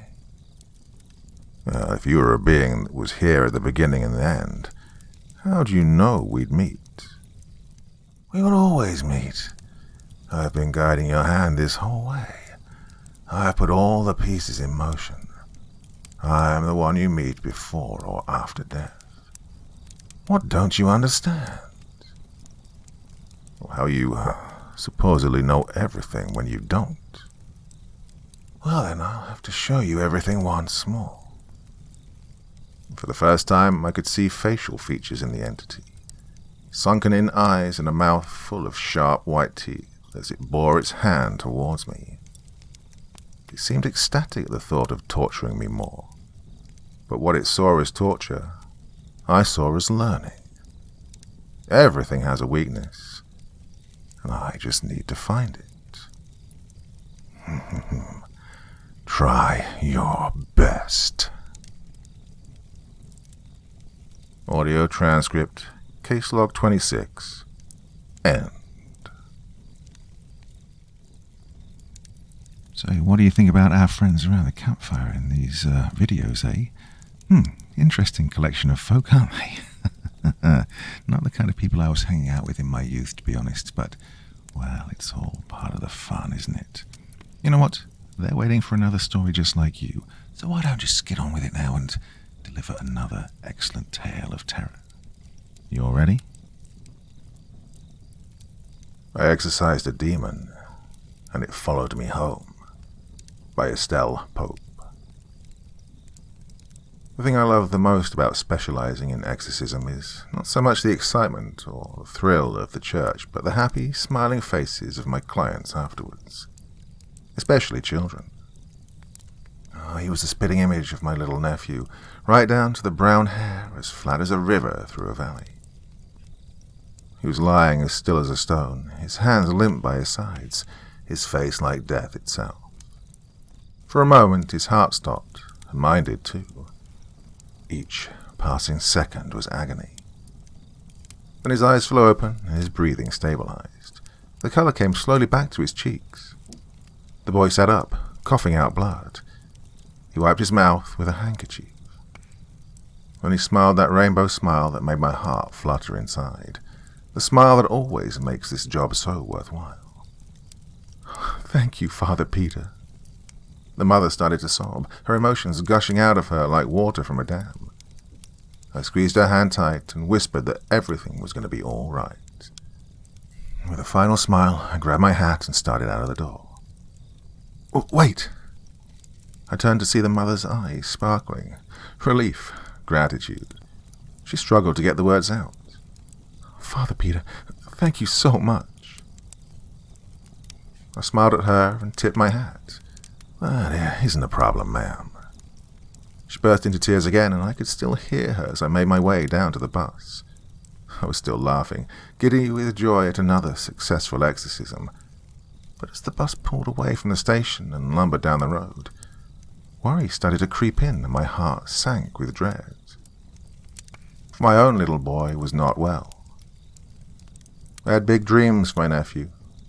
I was there when he was born, and I was there for his christening and baptism. I named him Peter, Peter the 10th, after me and my father and all the men that had come before me. I was hoping that he would follow me into the priesthood. I dreamed of the day I could teach him with my tips and tricks, the day he could successfully exorcise his first demon like a baby taking his first steps, and of the day I could finally tell him, "Oh, I'm so proud of you."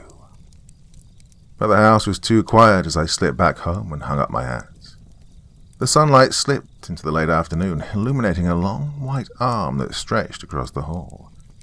My sister, Maria, was frozen on the couch, staring listlessly at the television. The sound had dulled out to a babble that didn't matter anymore.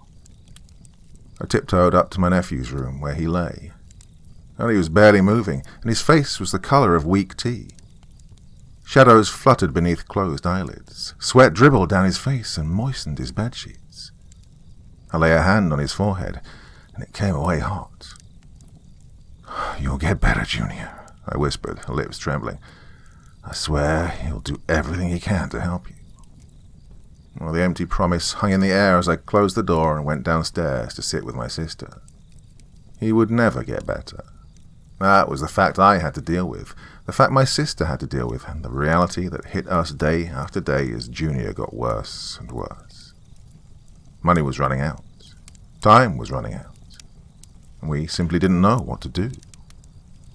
My sister gripped my hand, her knuckles white. She leaned against me like a house of cards, and she closed her eyes and went to sleep. Poor Maria. Tomorrow she'd wake up to another nightmare. I drifted off myself, my dreams plagued with worry. "Good morning, Mother. Good morning, Uncle." Maria screamed. I opened my eyes to a miracle. Junior was standing in front of us. He was wearing a freshly starched button-up shirt, black pants and a tie. He was standing straight like a soldier to attention, and he was smiling. It had been a long time since I'd seen him smile. "How are you feeling, Junior?" I gasped. "Oh, perfectly fine. Thank you so much for asking, Uncle." I clasped my nephew's hands into my own. Oh, it felt like grasping a cold fish, but his eyes shone like fire. "Oh, thank you, Lord," I whispered, tears in my eyes, "for healing my nephew. I will forever repay you with your kindness." My nephew shivered at my touch and squirmed in my grip. A look of worry crossed his face, but then it relaxed into a smile. "I'm glad I can make you happy, Uncle," he said.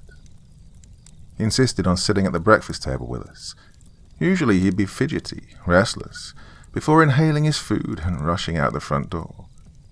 Today he sat up straight at the breakfast table like an iron rod was shoved down his back. Maria set down a plate of sausages in front of him. Junior picked up his cutlery, cut the sausage into pieces, then nibbled into each one daintily with a fork. Well, my jaw dropped.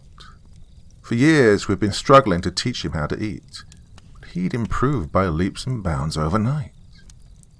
After breakfast, Junior cleared the table and insisted on helping his mum with the dishes, so I retreated to my study. But when I opened my door, my heart stopped short. My study was a mess. My Bibles were ripped apart, shredded paper falling down to the ground like snow. The shelves had crumbled into wooden planks and were piled up like firewood. But what chilled me to the bone were the pentagrams, thousands of them drawn painstakingly all over my study, crawling up the walls and on the floor, over and over, a pattern almost like wallpaper. Each had a single 5-pointed star in the center. It was the color of blood. As I began to tidy up, I couldn't stop staring at these pentagrams. The 5-pointed crimson star seemed somehow familiar. I must have studied about it before, but it seemed to have slipped my memory. And to make it worse, all my notes on that star were gone, eaten by the looks of it. A cold breeze swept through the room, and I stared at the star again, and it clicked. Yeah, the house, yesterday. I saw the same star on the walls of his house. And as if to confirm it all, cold laughter wafted through the room, making my hair stand on end. I clenched my fists until they turned white. I would not rest until that demon was gone. I swear on it. The laughter came again, this time from downstairs, and I burst into the kitchen to find nothing. Nothing but the head of a raccoon on the kitchen table. It was nearly severed, showing only the blood vessels jutting out. Its eyes rolled backwards, showing only the whites. As I watched, its whiskers quivered with fear before it became still again. Shadows danced behind the curtain.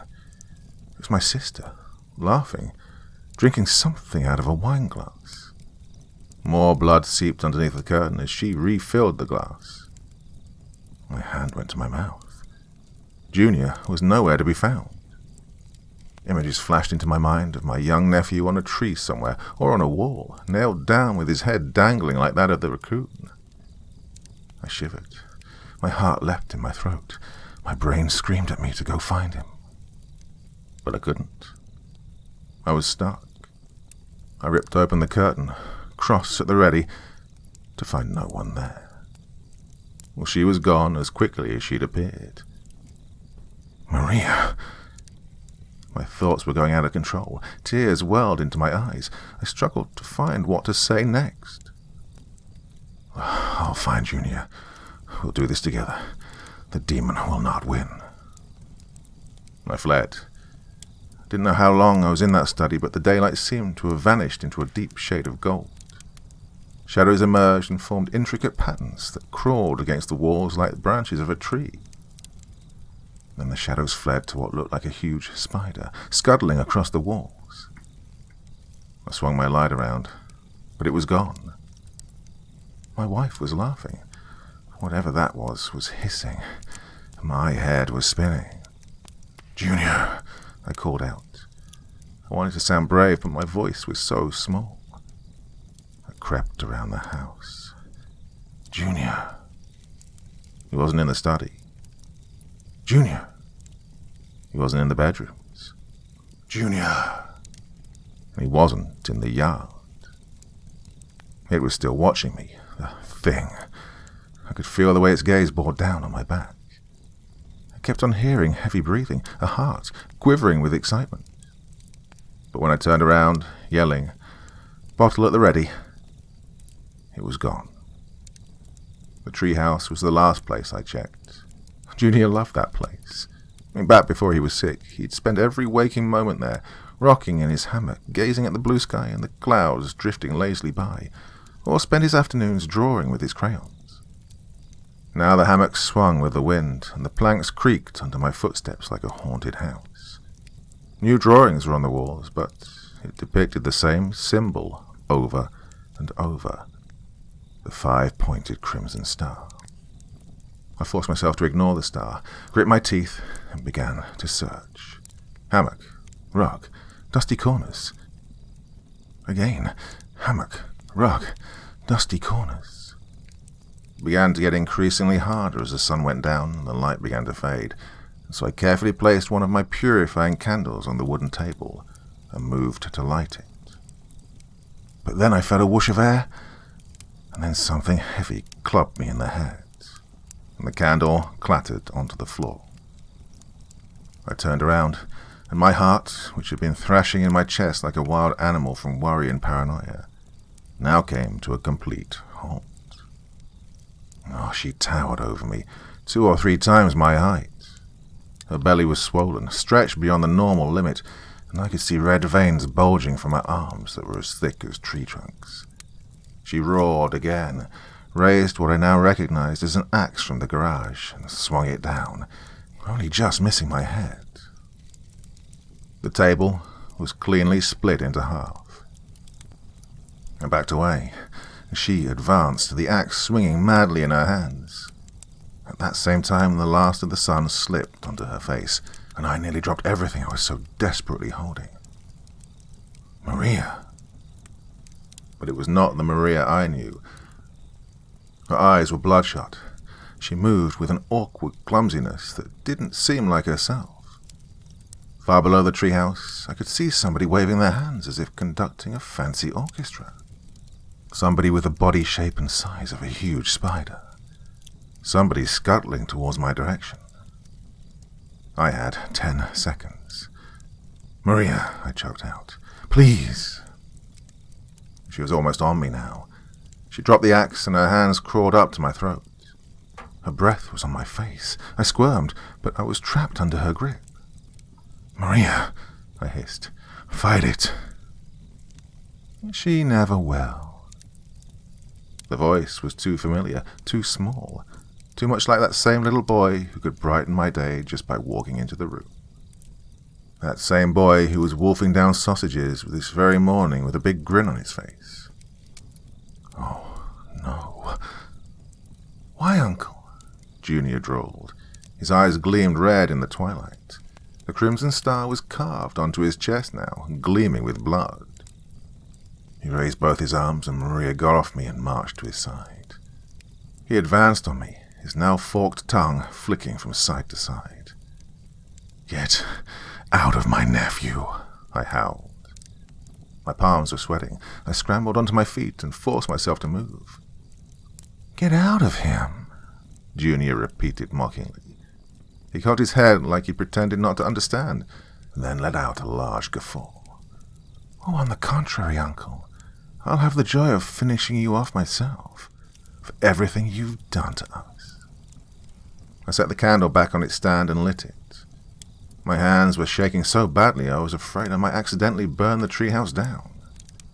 The flame went out feebly. I struck another match. "It's not working. Give up and come to me, Uncle. It'll make things so much easier." "Oh, come on, come on." The flame was too weak. It went down slower and slower, and I bit my nails and held my breath. When it finally exploded into light, and the treehouse was bathed in orange and yellow and gold. Junior hissed in pain, and his eyes went wide. He backed quickly into the corner. It was time. I laid my right hand onto him and placed my cross on his forehead. Oh, Junior screamed. Smoke was coming out from where the cross met his skin. Then, before I even started to pray, he dissolved into a mound of black ash. More rained down from the roof, flooding the treehouse, spilling over onto the ground. I looked to my left and saw my sister was crumbling too.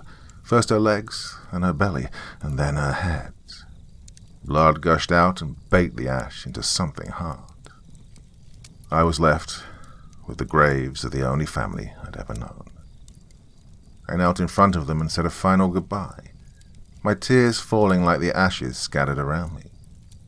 Then I wordlessly blew out the candle, climbed down the rope ladder, and looked at the shadow of the treehouse for the last time. Every step back to the main house was heavier than the last. I stared at the flickering flames of the candle as the night danced on around me. I scrolled through my phone, staring at pictures of my family, eating ice cream, playing at the beach, normal family stuff that made everything so worth it. Until my life was ruined by the same thing I swore to protect them from. My resolve hardened, and I made a promise right then and there that I would fight the demons that haunted this world and send them back to where they came from, that no one else would get hurt. And, as if God himself was listening, the phone rang. "Hello, is this Father Peter?" It was a young woman, early 20s, and her voice sounded strange. "My sister's here in my body, and I can't sleep anymore.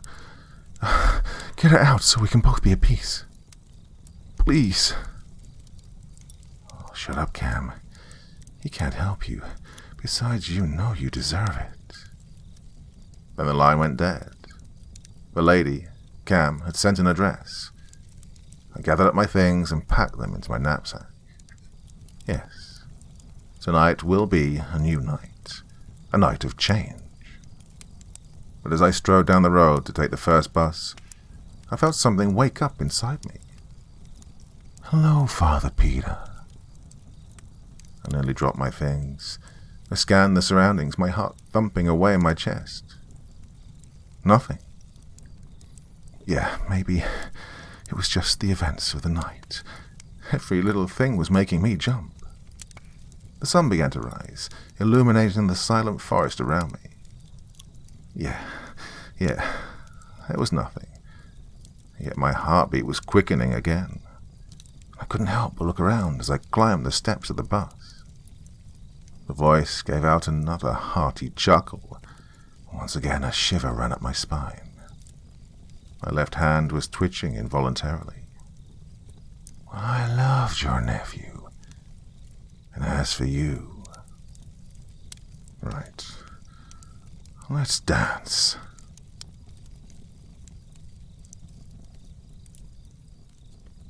Well, let's just keep making sure that we're having a good time, everybody. I'm going to top up all your drinks. Everybody okay for beer?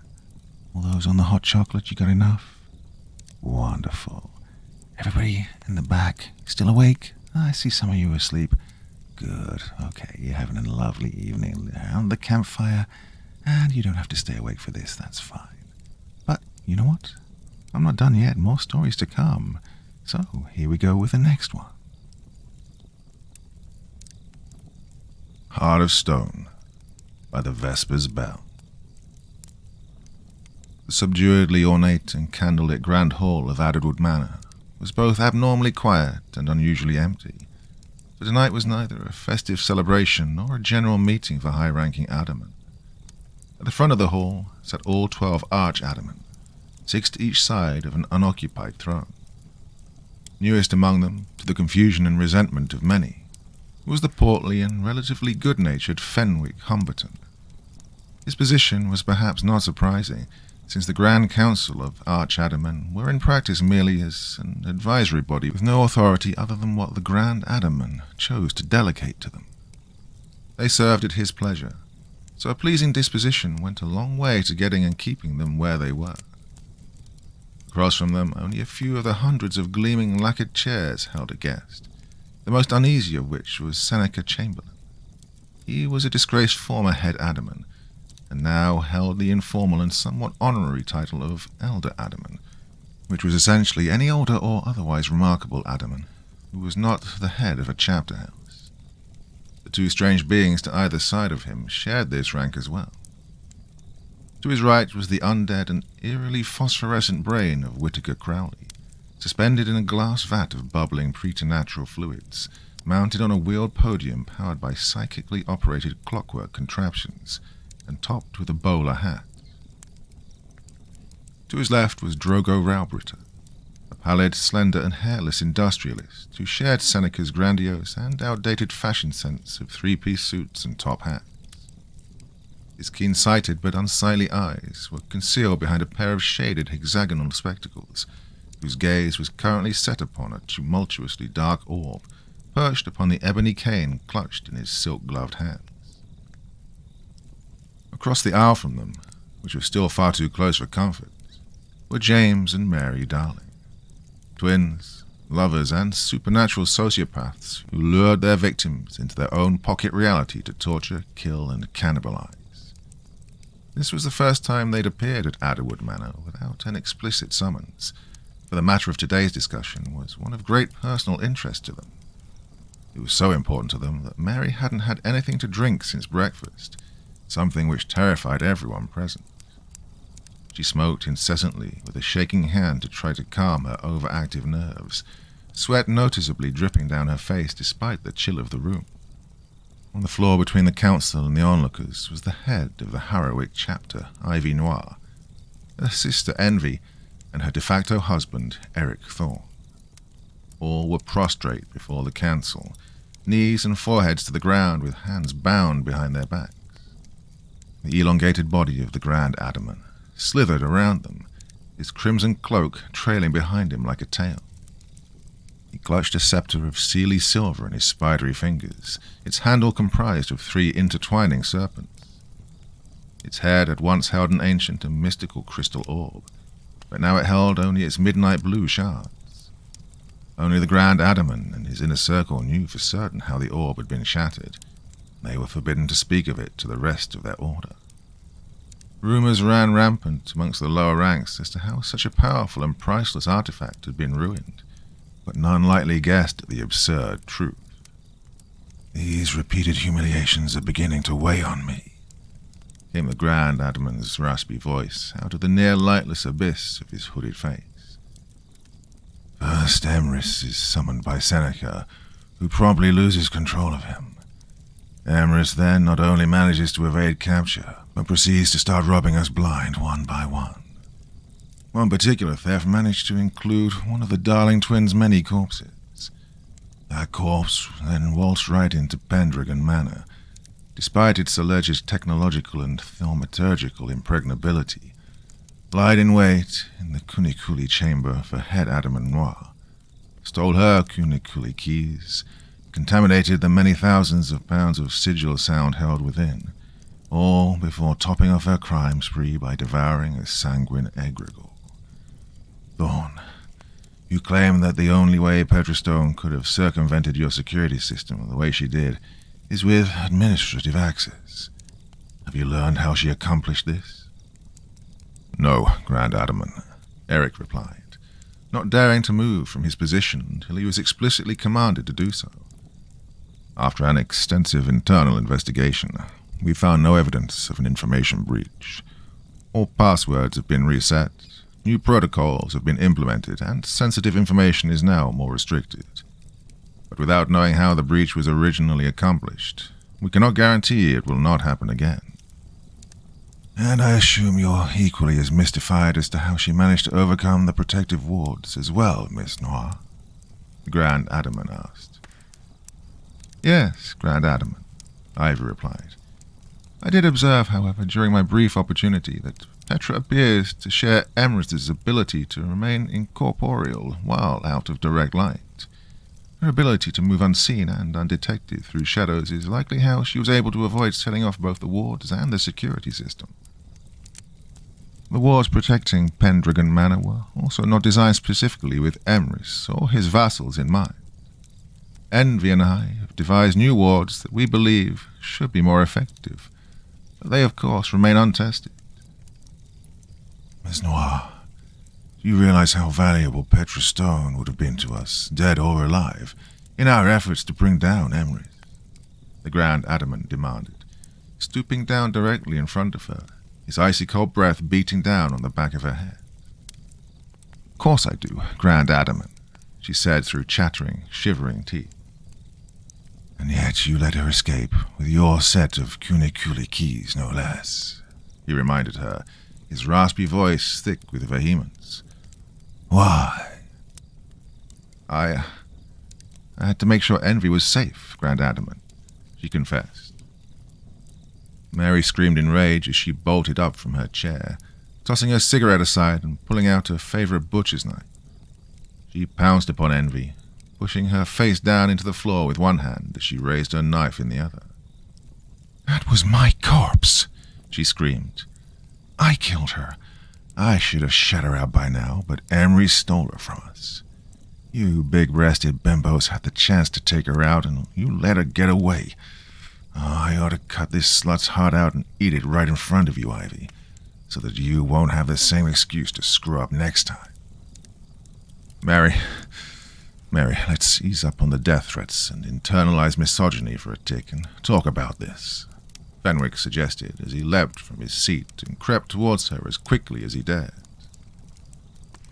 Nobody but James had remained seated after Mary's outburst, either out of concern for the Noir sisters or their own lives.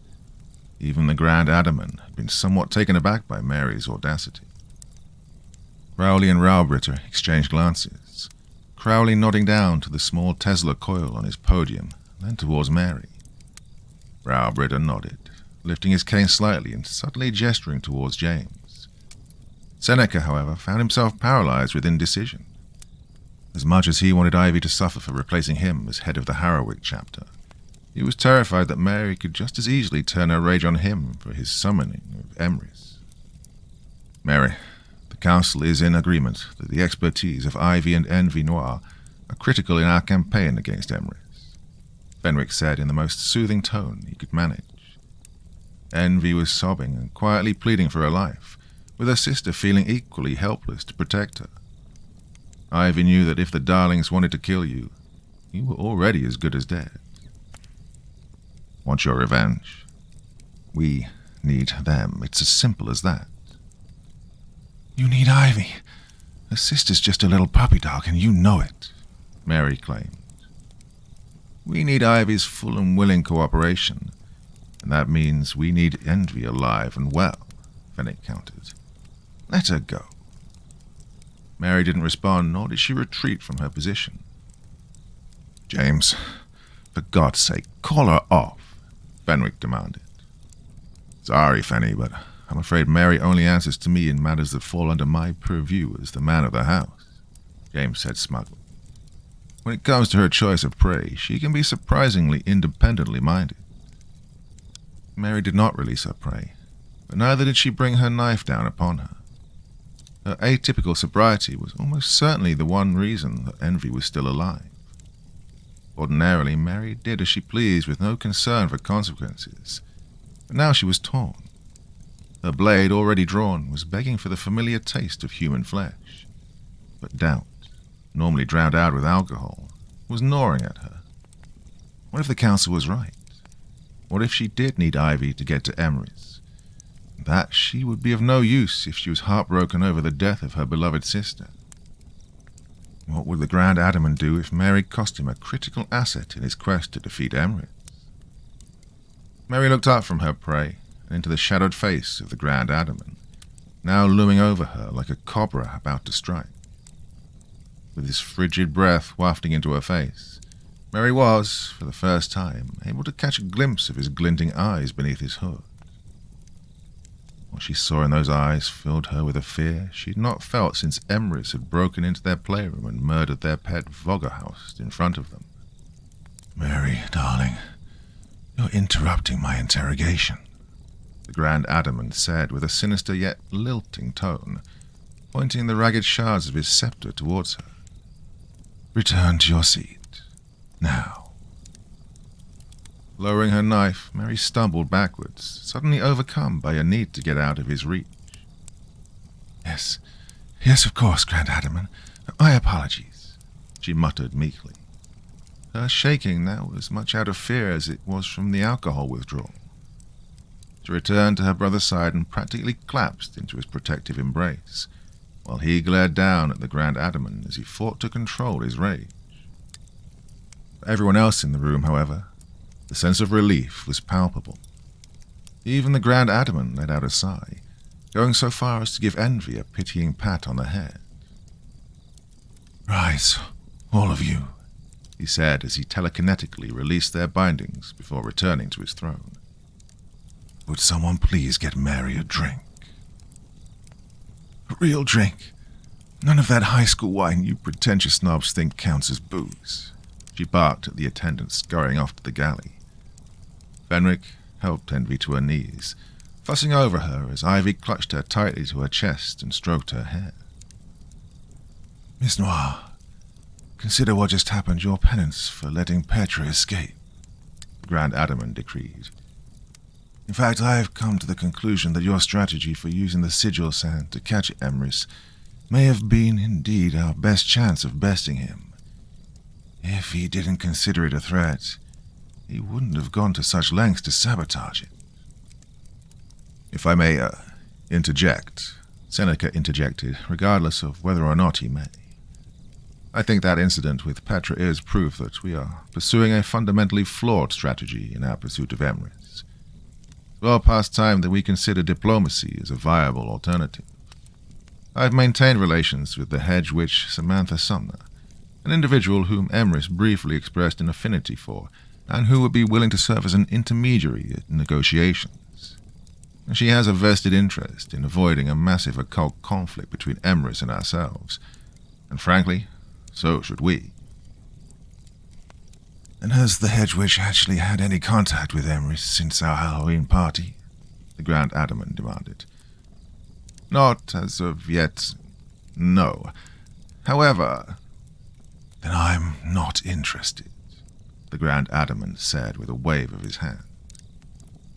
I want the sigil sand beneath Pendragon Hill purged of Emrys's taint. God knows what havoc that dark magic has already wrought. Crowley, tell me you can save the sand. Grand Alderman, there are billions of grains of sigil sand in that pit, every one of which has absorbed some non-trivial amount of Emrys's miasma, Crowley replied, his booming, monotone voice trumpeting out of a gramophone horn attached beside his brain vat. Anything less than 100% successful purification would result in some taint remaining and inevitably spreading throughout the volume. If you command it, I could attempt to purge the sand, but I believe that failure would be the most likely outcome. While I realize it will be a costly loss, writing the sand off is most likely the most pragmatic choice of action. Why does no one ever listen to me? Crowley demanded as he looked out over the pit of corrupted sigil sand that he'd been charged with salvaging. I advised against summoning Emrys, and you summoned him anyway. Told the Grand Adamant that I was perfectly capable of being the permanent head of the Harrowig chapter, a position he handed over to Ivy Noir instead. And when she messes up, and we have multiple metric tons of miasma-saturated sigil sand under Pendragon Hill, does anyone so much as humor my recommendation that we just get rid of it? For what it's worth, I'm with you this time, Crowley. Seneca agreed as he raked the sigil sand smooth. If Artaxerxes was still with us, it'd be a different story. Even if we still had some of his descendants, it might be worth a try. But without a crow, I don't care much for our odds. Have you considered asking Miss Sumner if she might be willing to lend us the services of her familiar?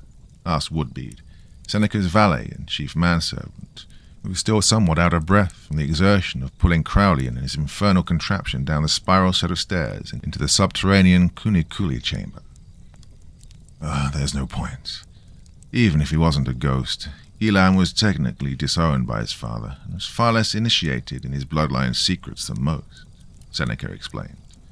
Besides, I want Samantha to remain a neutral third party in our little feud with Emrys.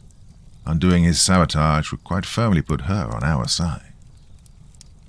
I'm not going to take offense at your lack of confidence in my abilities, Rowbritta remarked dryly. Artaxerxes' crow is dead and his bloodline erased from the earth. We are still alive, and we're all confident enough in our immortality. We felt no need to sire progeny to begin with. Is that not proof enough that our occult abilities surpass those of Crow and his heirs? Artaxerxes made one mistake, selling his soul and the souls of his descendants to Persephone. In all other aspects, his skill and knowledge of the occult were beyond sublime, Seneca insisted. We never would have defeated Morgana King or that maleficent, multitudinous minion of hers if it hadn't been for Crow. What are you going on about him having kids for? I can believe your lack of offspring was a coldly calculated decision to maximize your profits with no need to offset the risk of old age and death. I simply had no need and little tolerance for the second sex. As for Crowley, he was, to put this delicately, impotent due to morbid obesity, Crowley finished for him. Seneca, please tell me you had this place ritualistically cleansed and thoroughly sanitized after the incident with the Gorgonian lions. The last thing we need is alchemically active lizard offal interfering with the purification ritual. Yes, Crowley. Rest assured that all that necessary prep work has been seen to, Seneca said with a roll of his eyes. Can we please get on with this? Fail, and then head back to Adderwood so that the Grand Adamant can yell at us some more. Crowley's brain nodded up and down in its vat as his pedestal rotated to face the now smooth pit of sand. Witch's salt is the preferred means to purify sigil sand, he remarked. All it takes is getting it to resonate at an inverse astral frequency to whatever's contaminating the sand, and it will dispel any unwanted energies. The problem here is that Emrys' miasma is extra-universal in origin, so it doesn't exactly play by the same set of rules. We do know that Emrys is vulnerable to chthonic forces, specifically those associated with Persephone, due to her role in forging his chains. I believe that any emanation of Emrys on our plane, including his miasma, should have the same vulnerability. I have brought 3 totems carved from Samhain consecrated chthonic salt, ensuring the fullest possible alignment to Persephone's aura. Woodbead, would you be so kind as to place them evenly around the inner circumference of the pit, making sure that they are partially embedded into the sand itself? Woodbead flipped open the small wooden chest that Crowley had them drag down for him, revealing 3 Corvine statues carved from faintly luminescent Stygian blue salt. It seems that there are some crows here with us after all, he quipped. Those are ravens, you ornithologically illiterate ignoramus, Crowley chastised him. As usual, this ritual takes 3 occult practitioners to complete the circuit. Ideally, it would be 3 riches, But since Seneca remains obstinate that Miss Sumner and her coven do not aid us in this endeavor, then the three of us will do in a pinch. We each stand between one of the totems on the outer perimeter of the sandpit, with the sacrifice going in the middle. I beg your pardon, the what now? Woodbead asked as he finished placing the final totem. Not you, Seneca assured him. Rowbritta, what did you bring? Rowbritta reached into his jacket and pulled out something wrapped in fine linen. He carefully pulled it back to unveil a well-preserved human heart, one with a puncture wound piercing right through the middle. Dare I ask where you got that from? Woodbead queried, his face paling noticeably despite the poor light. You didn't buy it off the Darlings, did you? Their victims don't go peacefully, and that trauma has a significant impact on the applicability of their organs, Seneca insisted. It's Petra's, Rowbritta said as he callously examined the unbeating heart. When Emrys resurrected her, he wasn't able to repair the damage that Mary had caused, so he took her to Uzargazin's to find her a mechatronic replacement. He rather carelessly left her original heart behind for Uzargazin to do with as he pleased. He alchemically preserved it, and my representatives were able to convince him to part with it as reparations for that adamant he dismembered. With a single casual toss, Rowbritta threw the heart into the dead center of the sandpit, glad to get some practical use out of the notoriously impractical organ. Dear God, Seneca muttered, what makes you so confident it was mere carelessness on Emrys's part? That heart was removed after she was dead but before she was resurrected, so any somatic connection it may have had to Petra has been severed. Emrys knows the sort of things we do with ill-gotten organs, and he knew we'd likely be able to persuade Uzargazin to hand it over. This is a terrible idea. Emrys wants us to use this heart, mark my words. I'm in full agreement, but the Grand Adamant wants this sand purified, Crowley explained. Miasma has to go somewhere once we dispel it from the sand. Since it came from Petra in the first place, her old heart is the best vessel we have at our disposal. And did you tell the Grand Adamant it was Petra's heart you planned to use? Seneca demanded. I didn't not tell him, Crowley replied. I told him we'd use a suitable human heart as a vessel for the miasma, and he didn't ask me to expound on that. Now there's one final monkey wrench that we have to deal with, which is that the miasma is going to be highly resistant to any attempt to purify it. That's why, in addition to the ritual, I'm going to attempt some electrothermic ondulation to speed things along. His Tesla coil instantly whirred to life, discharging a semi-continuous bolt of lightning between the sand, the three totems, and the heart. Christ, Crowley, is that really necessary? What if you miss and hit one of us? Seneca demanded. Don't make me miss, and you'll be fine, Crowley assured him. Rowbritta, since you're filling in for Crow, you take the lead. Just to clarify something before you begin, Woodbead interjected. The worst thing that can happen here is that it doesn't work, right? The three of them stared at him for a beat, before turning inwards and beginning the ritual. Ave thaumaturgica serpentis, ave ophion orbis Ouroboros, cum sal maleficarum, hanc terram purgamus tenebrarum, cum fulmine Jupiter patris, damus lucem tenebris, cum hoc sacrificale sanguineo, vincimus tenebris, Rowbritta chanted as he slowly traced sigils into the sand with the end of his cane. Hail the magic of the serpent. Hail Ophion, the world serpent, with witch's salt we purge this earth of darkness. With the Skyfather's lightning, we give light to darkness. With this sacrificial blood, we overcome the darkness. Ave thaumaturgica serpentis, ave Ophion orbis Ouroboros, cum sal maleficarum, hanc terram purgamus tenebrarum, cum fulmine Jupiter patris, damus lucem tenebris, cum hoc sacrificale sanguineo, vincimus tenebris.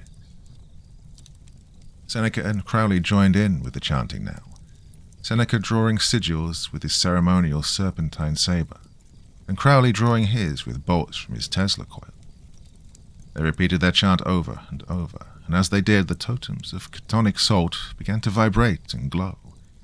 Their auras extended outwards from their outstretched wings, forming an enclosed perimeter that began to grow towards the center of the pit. As they encroached along the sand surface, the grains of sand began to glow and vibrate in synchronicity with the totems, and a black miasma began to exude from the surface. It mostly just crept and circulated along the pit's circumference, with Crowley using his electrothermic coil to shoot down any wisps that might venture too high or too far. When the light finally touched the heart, it was a catalyst for some kind of thaumaturgic or chain reaction. The heart began to beat, its rhythm resonating with the sands and causing them to beat both faster and harder. More and more of the miasma was heaved up, circling around the heart in a heavy vortex that occluded everything within it from sight. Only the totems themselves remained visible, and only then as vague points of light in the storm.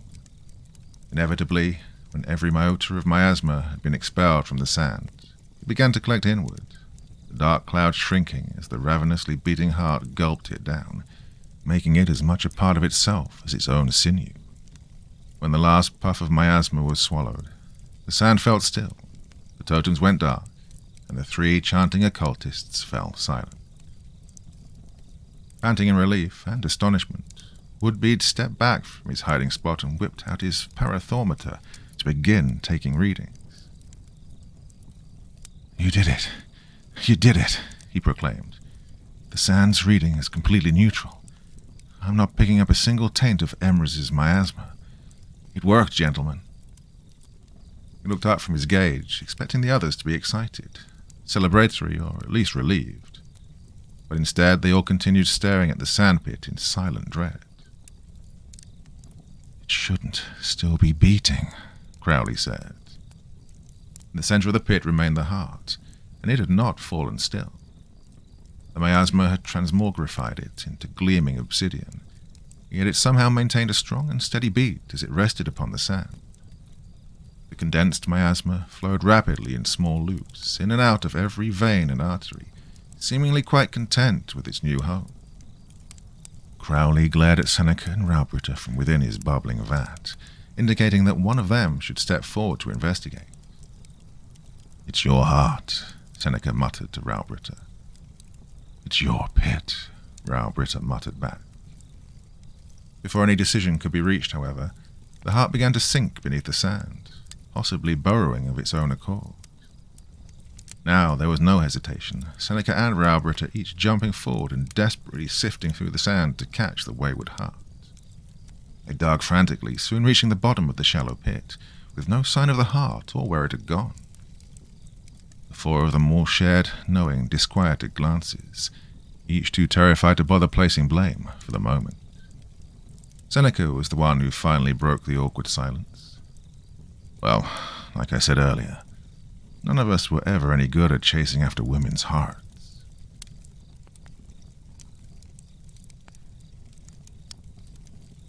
Well, you know what? This has been a very bizarre collection of stories, hasn't it?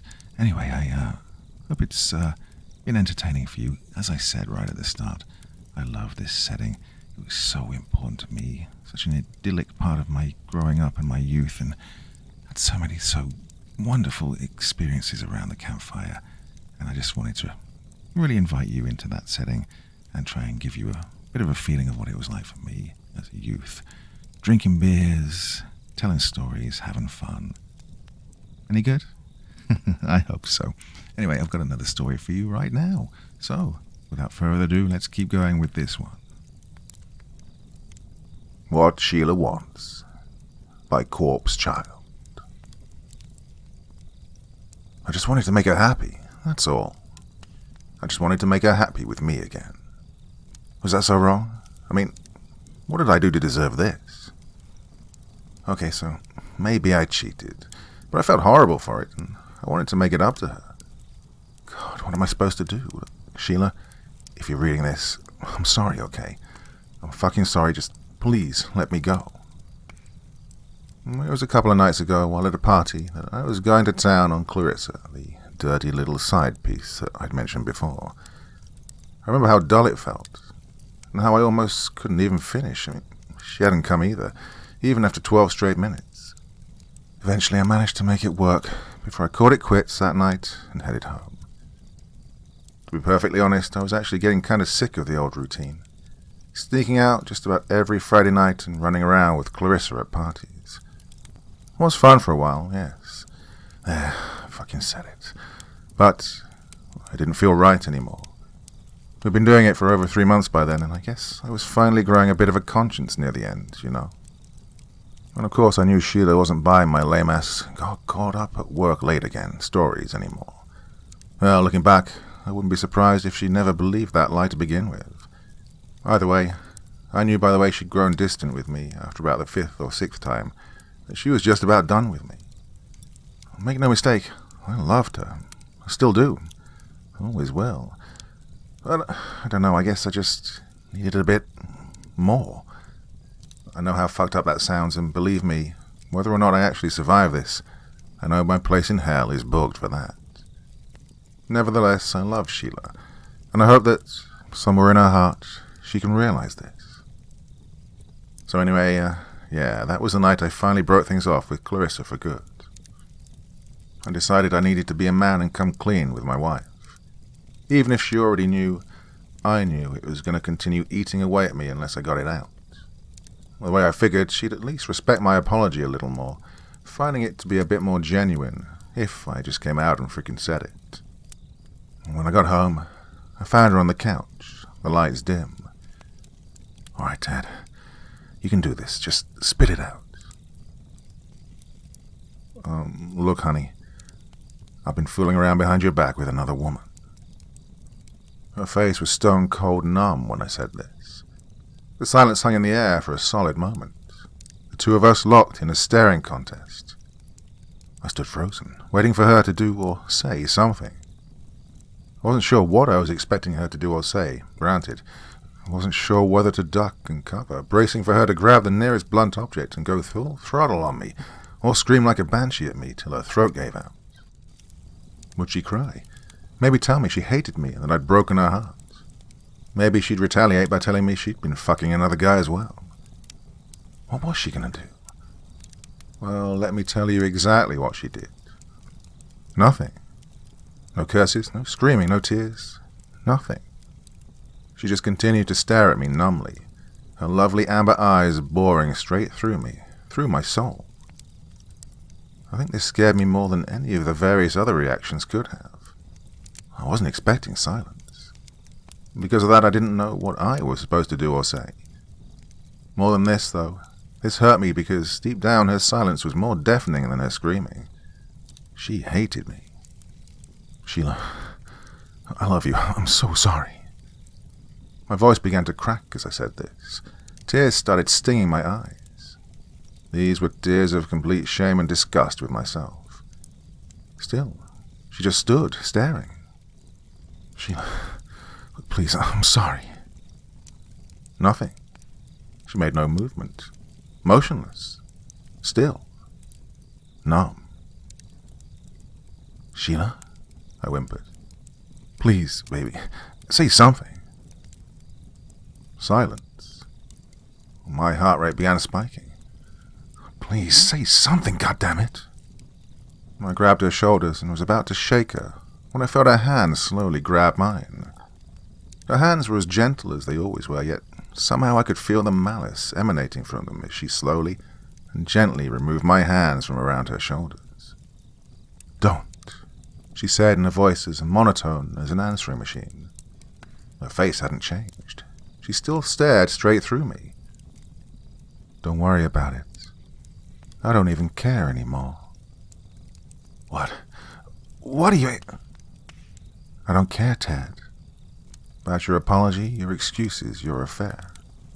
I don't care anymore. You couldn't come clean on the multiple times I gave you, so I gave up." Well, I was speechless. I scrambled to find something, anything to say. To tell her that she was wrong, that things would be different, having ditched Clarissa for good. But how could I? She was right, I'd had ample opportunities to fess up, and instead I continued to lie through my teeth to her face so I could keep doing it. Oh, Sheila, baby, I said I don't care anymore, and I mean it. She then turned and walked into our room. I followed after her. Wait, Sheila, I cried. Please, let me make it up to you. She didn't respond. I saw her begin zipping up her old suitcase with all of her clothes inside. What is this? I asked, despite knowing good and damn well what was going on. I can't be here anymore, Ted. This is a house of lies. I'm moving back in with my mother. My heart stopped. She zipped up the last suitcase and started toward the door when I stopped her. Oh, wait, please, give me one more chance, I begged. I've given you multiple chances. I'm done. End of story. She attempted to push past me then, but I stayed firm, blocking the doorway. Please, don't go. I'll do anything. Just please, don't go. She looked into my eyes again, letting go of the suitcases. I had her attention. Anything? She asked, her voice remaining as dead as before.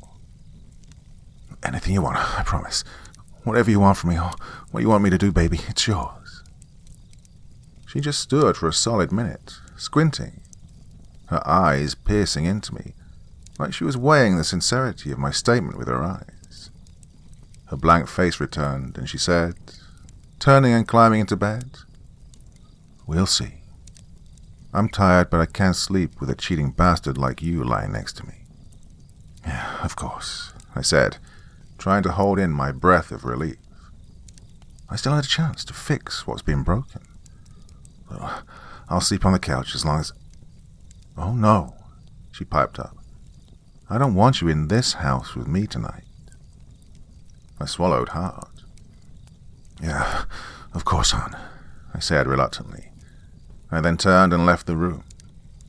I walked out and decided to camp in the car for the night. My car's a small 2006 Altima, which meant that trying to get comfortable in it was a friggin' nightmare in itself. What was worse was that being in the middle of summertime and all, it felt like it was 95 degrees or better, despite it being nighttime. Well, I couldn't turn on the AC either, or I ended up risking running down the battery. Well, it was unpleasant, sure, but if it was what she wanted... Well, I didn't get much sleep that night. The sun took its sweet time coming back up, too, which didn't help. Nevertheless, I managed to power through and catch maybe 45 minutes to an hour's worth of sleep before 6 a.m. rolled around, bringing the first hints of dawn. Part of me was relieved. I thought, maybe she'd at least let me back in the house now, right? How fucking naive. No, instead, when I got out of the car and tried to go inside, the door was locked. My key wasn't working either. Somehow it was like something was lodged in the keyhole on the other side. I stood there jerking on the handle like a maniac for about another minute when my phone buzzed. I looked to see that it was a text from Sheila. "Don't even think about it. I don't want you in the same house as me." My eyes went wide. I looked up to our bedroom window to see Sheila standing there staring down at me. I started typing back. "Okay, but I'd like to talk to you about this." She began typing again. "I'm not ready to talk just yet. I'm not sure what I want from you yet, if anything." My heart sank again, reading those last two words. If anything. Those two words stung me more than I ever thought they could. Desperately, I started typing back. "I understand. Just let me know when you're ready to talk. Like I said, I'll do anything you want. I just want to start over. I love you." A minute later, my phone buzzed again with a reply. "We'll see." That was the last thing that was said before she drew the curtains and walked away from the window. I sighed. Part of me wanted to cry. I really wanted to make things work here. I closed my eyes and took a deep breath. "Just calm down, Ted. Let her think it over." With that, I decided to get back in my car and drive around to look for a place to stay until Sheila was ready to talk again. Or at least let me in the house again, whichever came first, I suppose. I decided to get a room at the hotel just a few streets down. Wasn't cheap, but I guess that was really only a small price to pay in the end, given what I'd done. Hell, it's a hell of a lot smaller price to pay than the situation I'm in now. God damn it, Sheila, I'm sorry. It was that night that I got a text from her. Did you mean what you said? Well, my heart was instantly set racing. Yes, of course. I love you. I've always loved you, I promise. I meant it too when I say that it eats me inside knowing that I've hurt you. I meant about you saying you'd do whatever I wanted. Do you mean that? I paused for a moment. I wasn't sure how to proceed. I mean, of course I wanted to immediately shoot back with, yes dear, anything. But for whatever reason, something, I don't know, just some feeling, told me something was just off somehow. Do you, Ted? This jolted my focus again. I began typing.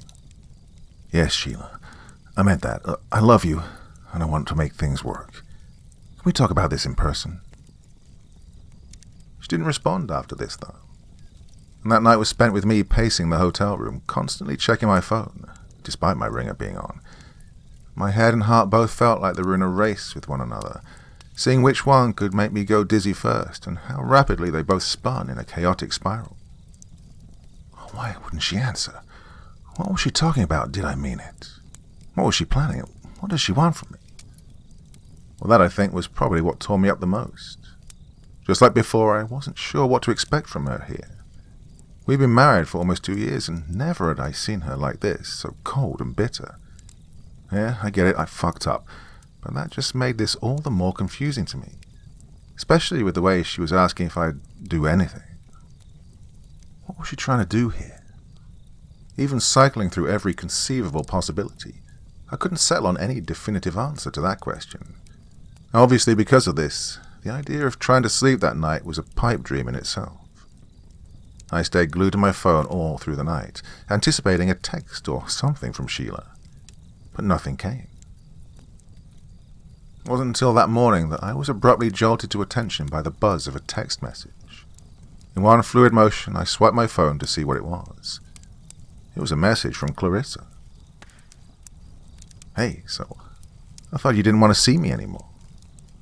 Already my mind was quickly overloading with all new questions, on top of the already damn near innumerable present, about why, of all people, Clarissa was hitting me up. I texted back that I didn't, that we were done, before asking her why she still had my number. Well then, why does it say on your Facebook that you're planning on a date with me to the drive-in theater in an hour? Well, now I was thrown. I was about to call her bullshit, telling her to cut it out with whatever game she was trying to play with me here and lose my number, when she shot back with a screen cap of a Facebook post. It was a post from me, from my profile, that had her tagged, reading, "Can't wait to see you there, baby doll." Beside this was a flirt and a kissy face. Well, I was frozen. I couldn't believe what I was seeing. I actually had to go into my Facebook myself just to see if this was real. Sure as hell it was, but how? Up until right then, I'd not even fucking been on Facebook. I hadn't even glimpsed it, far less posted. Yet there it was, posted to my feed only about 2 hours before. I didn't post that. Sure you didn't. Just like you didn't want to have me no more. She followed this with a wink emoji and a kiss. Damn it, look, I'm serious. I don't know what's going on here, but I didn't write that. I don't want to see you anymore. I want to be with my wife. Now, lose my number and don't text or call me again. She responded with a flirty face. Okay, Tiger, I get it. Playing hard to get her. Well, we'll see about that. Well, I was about to block her number when something odd struck me about the last message. We'll see about that. I wasn't sure at that moment why, but it sounded ominous to me in a way. See about what? Well, she didn't answer that, though. I looked again at the Facebook post. That can't be right, I thought.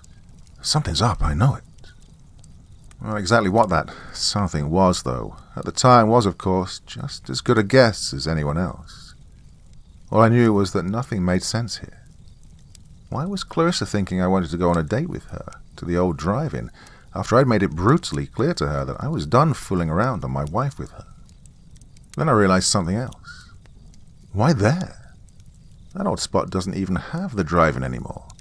It's just a vacant lot with only the old equipment shed at the back behind where the screen used to be, having sat long abandoned for a couple of years now.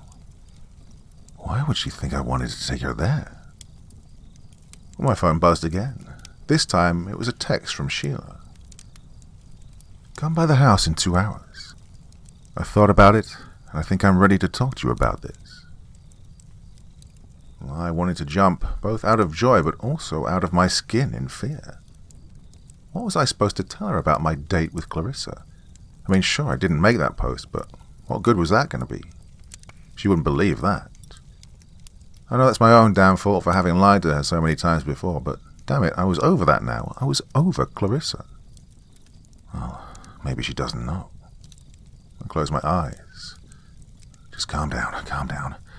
She wants to give you one last shot. I took a deep breath then. Just keep your head down, give her what she wants, and forget Clarissa. And with that, I got dressed and headed out.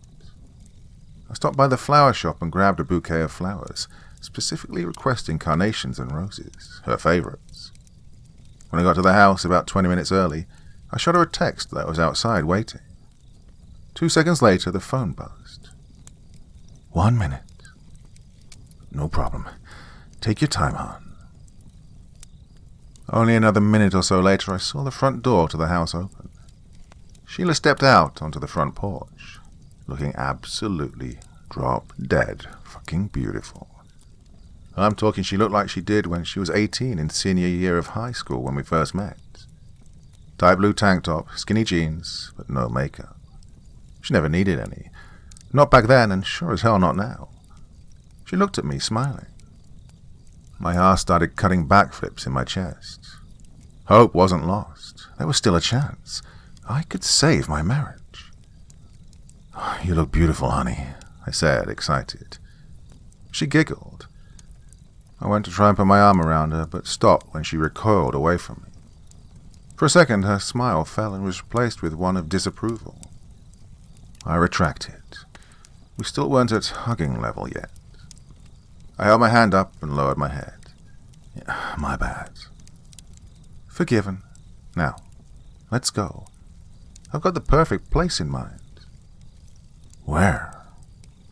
Her look of disapproval returned. That's not for you to worry your head about. You just drive, and I'll lead the way. I just bowed my head, conceding, before turning the engine over and backing out of the driveway. She told me to back out from the right and headed towards the road leading downtown. We began heading downtown in relative silence, broken only whenever Sheila gave me another direction to turn. Not that I didn't want to talk. Far from it.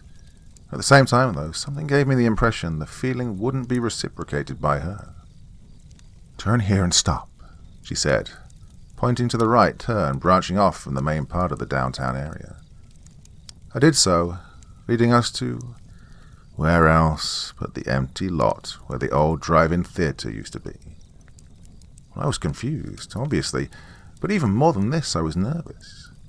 It didn't help either that Clarissa's Honda was parked out front. What the hell? What's she doing here? I could feel sweat forming in bullets on my forehead and dropping like rain. My heart was through the roof. What was I going to do? What's Sheila going to say when Clarissa sees me and tries to get all lovey-dovey with me? Why does Sheila want to come here? I turned to her, trying not to make it look so obvious that something didn't feel right to me. I didn't want her to lose her patience, and plus I was banking on her not having seen the mysterious Facebook post that I didn't create in the first place. I needed this to work with me and Sheila, and this would have fucked things up every which way from Sunday. She looked back at me, smiling. I noticed she looked like whatever was going on and whatever she'd planned was, well, she was genuinely excited about it, and this only further confused me. What could she be so excited about?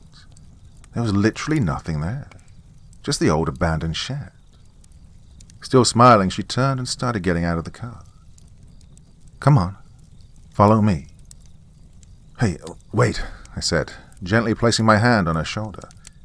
She stopped, turning back to me. What's going on? How come you wanted to come here? There's nothing around. Just trust me and follow. I stayed seated, unmoving. I didn't feel right getting out of the car. Something just felt off. I mean, way off. Her smile started to fall once again. You said anything, remember? That made me sigh and relent. I unbuckled my seatbelt and got out to follow her towards the shed. About halfway there, I watched her pull what looked to be a blindfold out of her purse. I stopped walking. Babe, what's that for? She turned and smiled slyly at me, adding an equally sly wink. It was the same one she used to use in the past whenever we decided to spice things up in the bedroom. What do you think? We haven't had any real fun in a while. She walked up and ran her hands gently up my chest. If we're going to start over, teddy bear, why not go wild with it? Despite how nice it felt for her to be touching me again like this, I still couldn't shake the feeling something wasn't right here. Okay, I replied, chuckling nervously. But why here in the middle of nowhere? How come we couldn't have just done this at home? You know, in our bed. She sighed. First, until you make things up to me, that bed isn't ours. And second, why not here? Don't you remember? That Friday night, last day of senior year? This is where we first did it. That actually hit me hard for a moment. She was right, this was our first spot, and I'd actually forgotten. I couldn't help but feel like an even bigger jackass than I already no doubt was. You're right, I said guiltily. She rose and gave me a quick yet sensuous peck on the cheek before leaning into my ear and whispering in a smooth, balmy whisper. I know. Trust me, Teddy. I'll always know more than you'll ever think I do. I've always known how naughty you'd been, and I know how to teach you to never do it again. She then followed this by playfully biting my earlobe. Admittedly, this did start to excite me a bit. I'd forgotten how good she was at that. Clarissa never played like that. It still didn't shake the queasy feeling in the pit of my stomach, though. She then handed me the blindfold and told me to put it on. I obeyed, and she took me by the hand and led me the rest of the way to the shed. I couldn't see anything, but I eventually heard the large metal door of the shed loudly creaking open. I felt Sheila let go of my hand and say, Okay, now take the blindfold off. I did, and what I saw next was enough to make my heart stop dead in my chest. In front of me, illuminated by the light from the open doorway, was Clarissa tied to a chair in the middle of the room with cuts, gashes, and bruises covering nearly every square inch of her face. She looked up at me, her eyes glazed and pitiful, pathetic. What the fuck? I exclaimed, frozen in shock. My shock was broken, however, when I felt something clock me over the back of my head. I was instantly knocked out cold. I awoke, don't even bother asking me how much later, to having frigid ice-cold water thrown in my face. My head was swimming, throbbing, and aching worse than any migraine I'd ever had before. I saw that I was tied to a chair now, too. In front of me, Clarissa stood, stripped down to her bra and underwear, clutching a knife in one hand. Behind her was Sheila, staring at me with that same cold expression she wore when I told her that night about the affair. I groaned weakly. What the fuck? Sheila stepped forward. This is how you're going to make it up to me, Ted. You like playing rough, and you love fucking around with her so much. Well, here you go. Now you'll play as rough as you want. Clarissa took a step forward, raising up the knife. Her eyes were also wide and afraid. I started squirming against my restraints. What the fuck are you doing, Sheila? Look, just let us go. She walked up and delivered a sharp smack across my left cheek that stung. I'm giving you what you deserve, asshole. You wanted to fool around behind my back with this bitch and then lie to my fucking face every time about it? And I just let it go, didn't I? I didn't answer at first, instead trying fruitlessly to wriggle out of the ropes. She smacked me across the face again, harder this time. Didn't I? Yes, I shouted, groaning in pain. I let you have your little fun and rip my fucking heart in half. Well, now I'm gonna get what I want. Have some of my fun. She grinned slyly again. This time, though, it looked a lot less seductive and a hell of a lot more psychotic. She then stroked my cheek and said, I want to see just how much you really love me. Tell me, teddy bear, did you mean it when you said anything? I looked at her, silently pleading like a fucking dog for her to stop all of this and let me and Clarissa go. I could see in her eyes, though, that she was enjoying every second of seeing me like that, completely at her mercy. The devious way in which her smile grew confirmed this. Yes, I muttered. She cupped her hand to her ear, teasing like she didn't hear me. Yes, okay, I said. Look, I love you, Sheila, and yes, I'll do anything you want, okay? Let's just go home, please. She giggled and looked over to Clarissa, who stood holding the knife, frightened. Prove it. I want you to kill her for me. My blood froze. No, Sheila, I can't kill her. So you were lying? No, but Sheila, this is insane. Look, I'm sorry, okay, I am. I'm sorry for being a piece of shit. You deserve better, but damn it, I'm not killing Clarissa. Her smile vanished, and she untied the ropes holding me. Before I could try and make a run for the door, however, I felt Sheila crack a metal rod over my kneecap, instantly breaking my leg and causing me to fall to the ground, writhing in agony. She bent down to me and whispered, Then you can do it for yourself, since that's the only person you really care about. You want out? You want to live? Kill her and send me a pic of the body. Oh, and try being cute and calling the cops, and I'll make damn sure they never find you. She held up her phone, turning on a live feed of the inside of the shed, and said, And like I told you, I'll know if you're being naughty. She then thrust my phone into my chest before turning and walking out. I'll be waiting, sweetheart, she said as she closed the giant metal door, locking the two of us inside. Clarissa stood quivering. I continued writhing on the ground, groaning and clutching my leg. Suddenly, Clarissa started walking towards me, knife in hand. I couldn't move. I was defenseless, completely at her mercy. She came right on top of me. I closed my eyes, thinking, this was it. I was screwed. I opened my eyes to see that she dropped the knife. She then crumpled to the ground and started crying softly. What are we going to do? I don't know.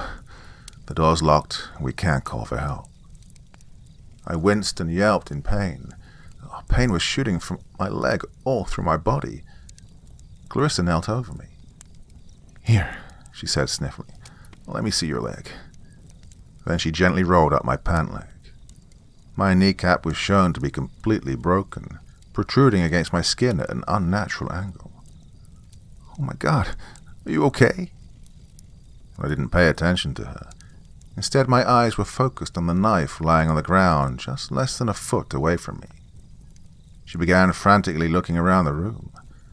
There's got to be a key around here somewhere. Hang on. She got up and started pacing around, looking in every corner for a key that I knew wasn't in there. There was only one key to get out. Hey, come here, I said, groaning. She didn't hear me at first. While she still wasn't looking, I reached out and grabbed the knife. Clarissa, I found it. I found the key. You did? Yeah, just come over here and get it so that you can unlock the door. I can't get up. She stopped and ran over to me. She bent down and started looking around. Where is it? She got no further. The next and last thing I'd hear out of Clarissa were the sounds of her choking and gasping desperately for air. Her eyes bugged out at me. Looking in her eyes, I could see two emotions mixing into one: betrayal and horror. Oh, I'm sorry. Soon she stopped gasping and collapsed, lifeless. I couldn't help but scream out in anguish at this. I couldn't believe what I'd just done. I just killed somebody. Not just that, but somebody that, even though they'd helped in destroying my marriage, I still actually cared about. The worst part was, like Sheila said, it was just my own selfish gain. But what else was I supposed to do? I said I'd do anything. I'm afraid, though, that it may have been for nothing. Not knowing what else to do, I snapped a picture of Clarissa and sent it to Sheila, but she didn't reply. This was 3 days ago, and I'm still trapped in here with no way out and unable to even move or call for help. All of this, and I still haven't heard a single fucking word from her. I'm scared. I'm gonna fucking die in here, aren't I? You seeing this, Sheila? Are you happy now? Can I please be let out? I'm sorry, goddammit. God, anybody, I'll do whatever you want. Just let me out.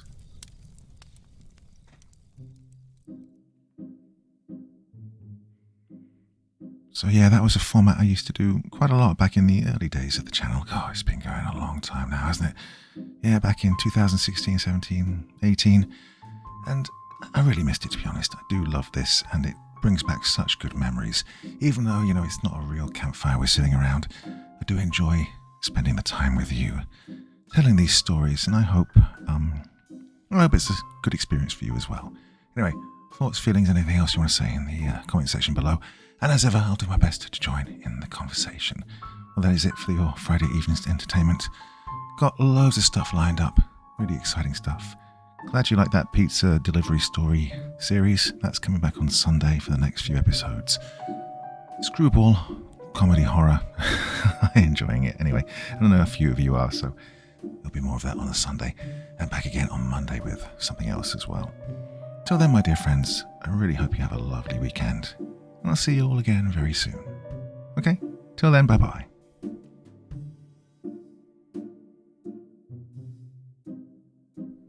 Thank you so much for taking the time to listen to this story today. Really means a lot to me and to the author of the story, of course. Well, if you want to know more about me, I'm pretty much everywhere on social media. You can find me on Facebook, Twitter, Instagram. You can download my music on SoundCloud. I've got a Patreon if you feel like. Throw me $1 or $2. Very much appreciated. And of course, on Reddit, I have a place where you can leave stories if you want me to read one that you've written. Well, hoping to see you all again very soon. Till then, sweet dreams. Bye-bye.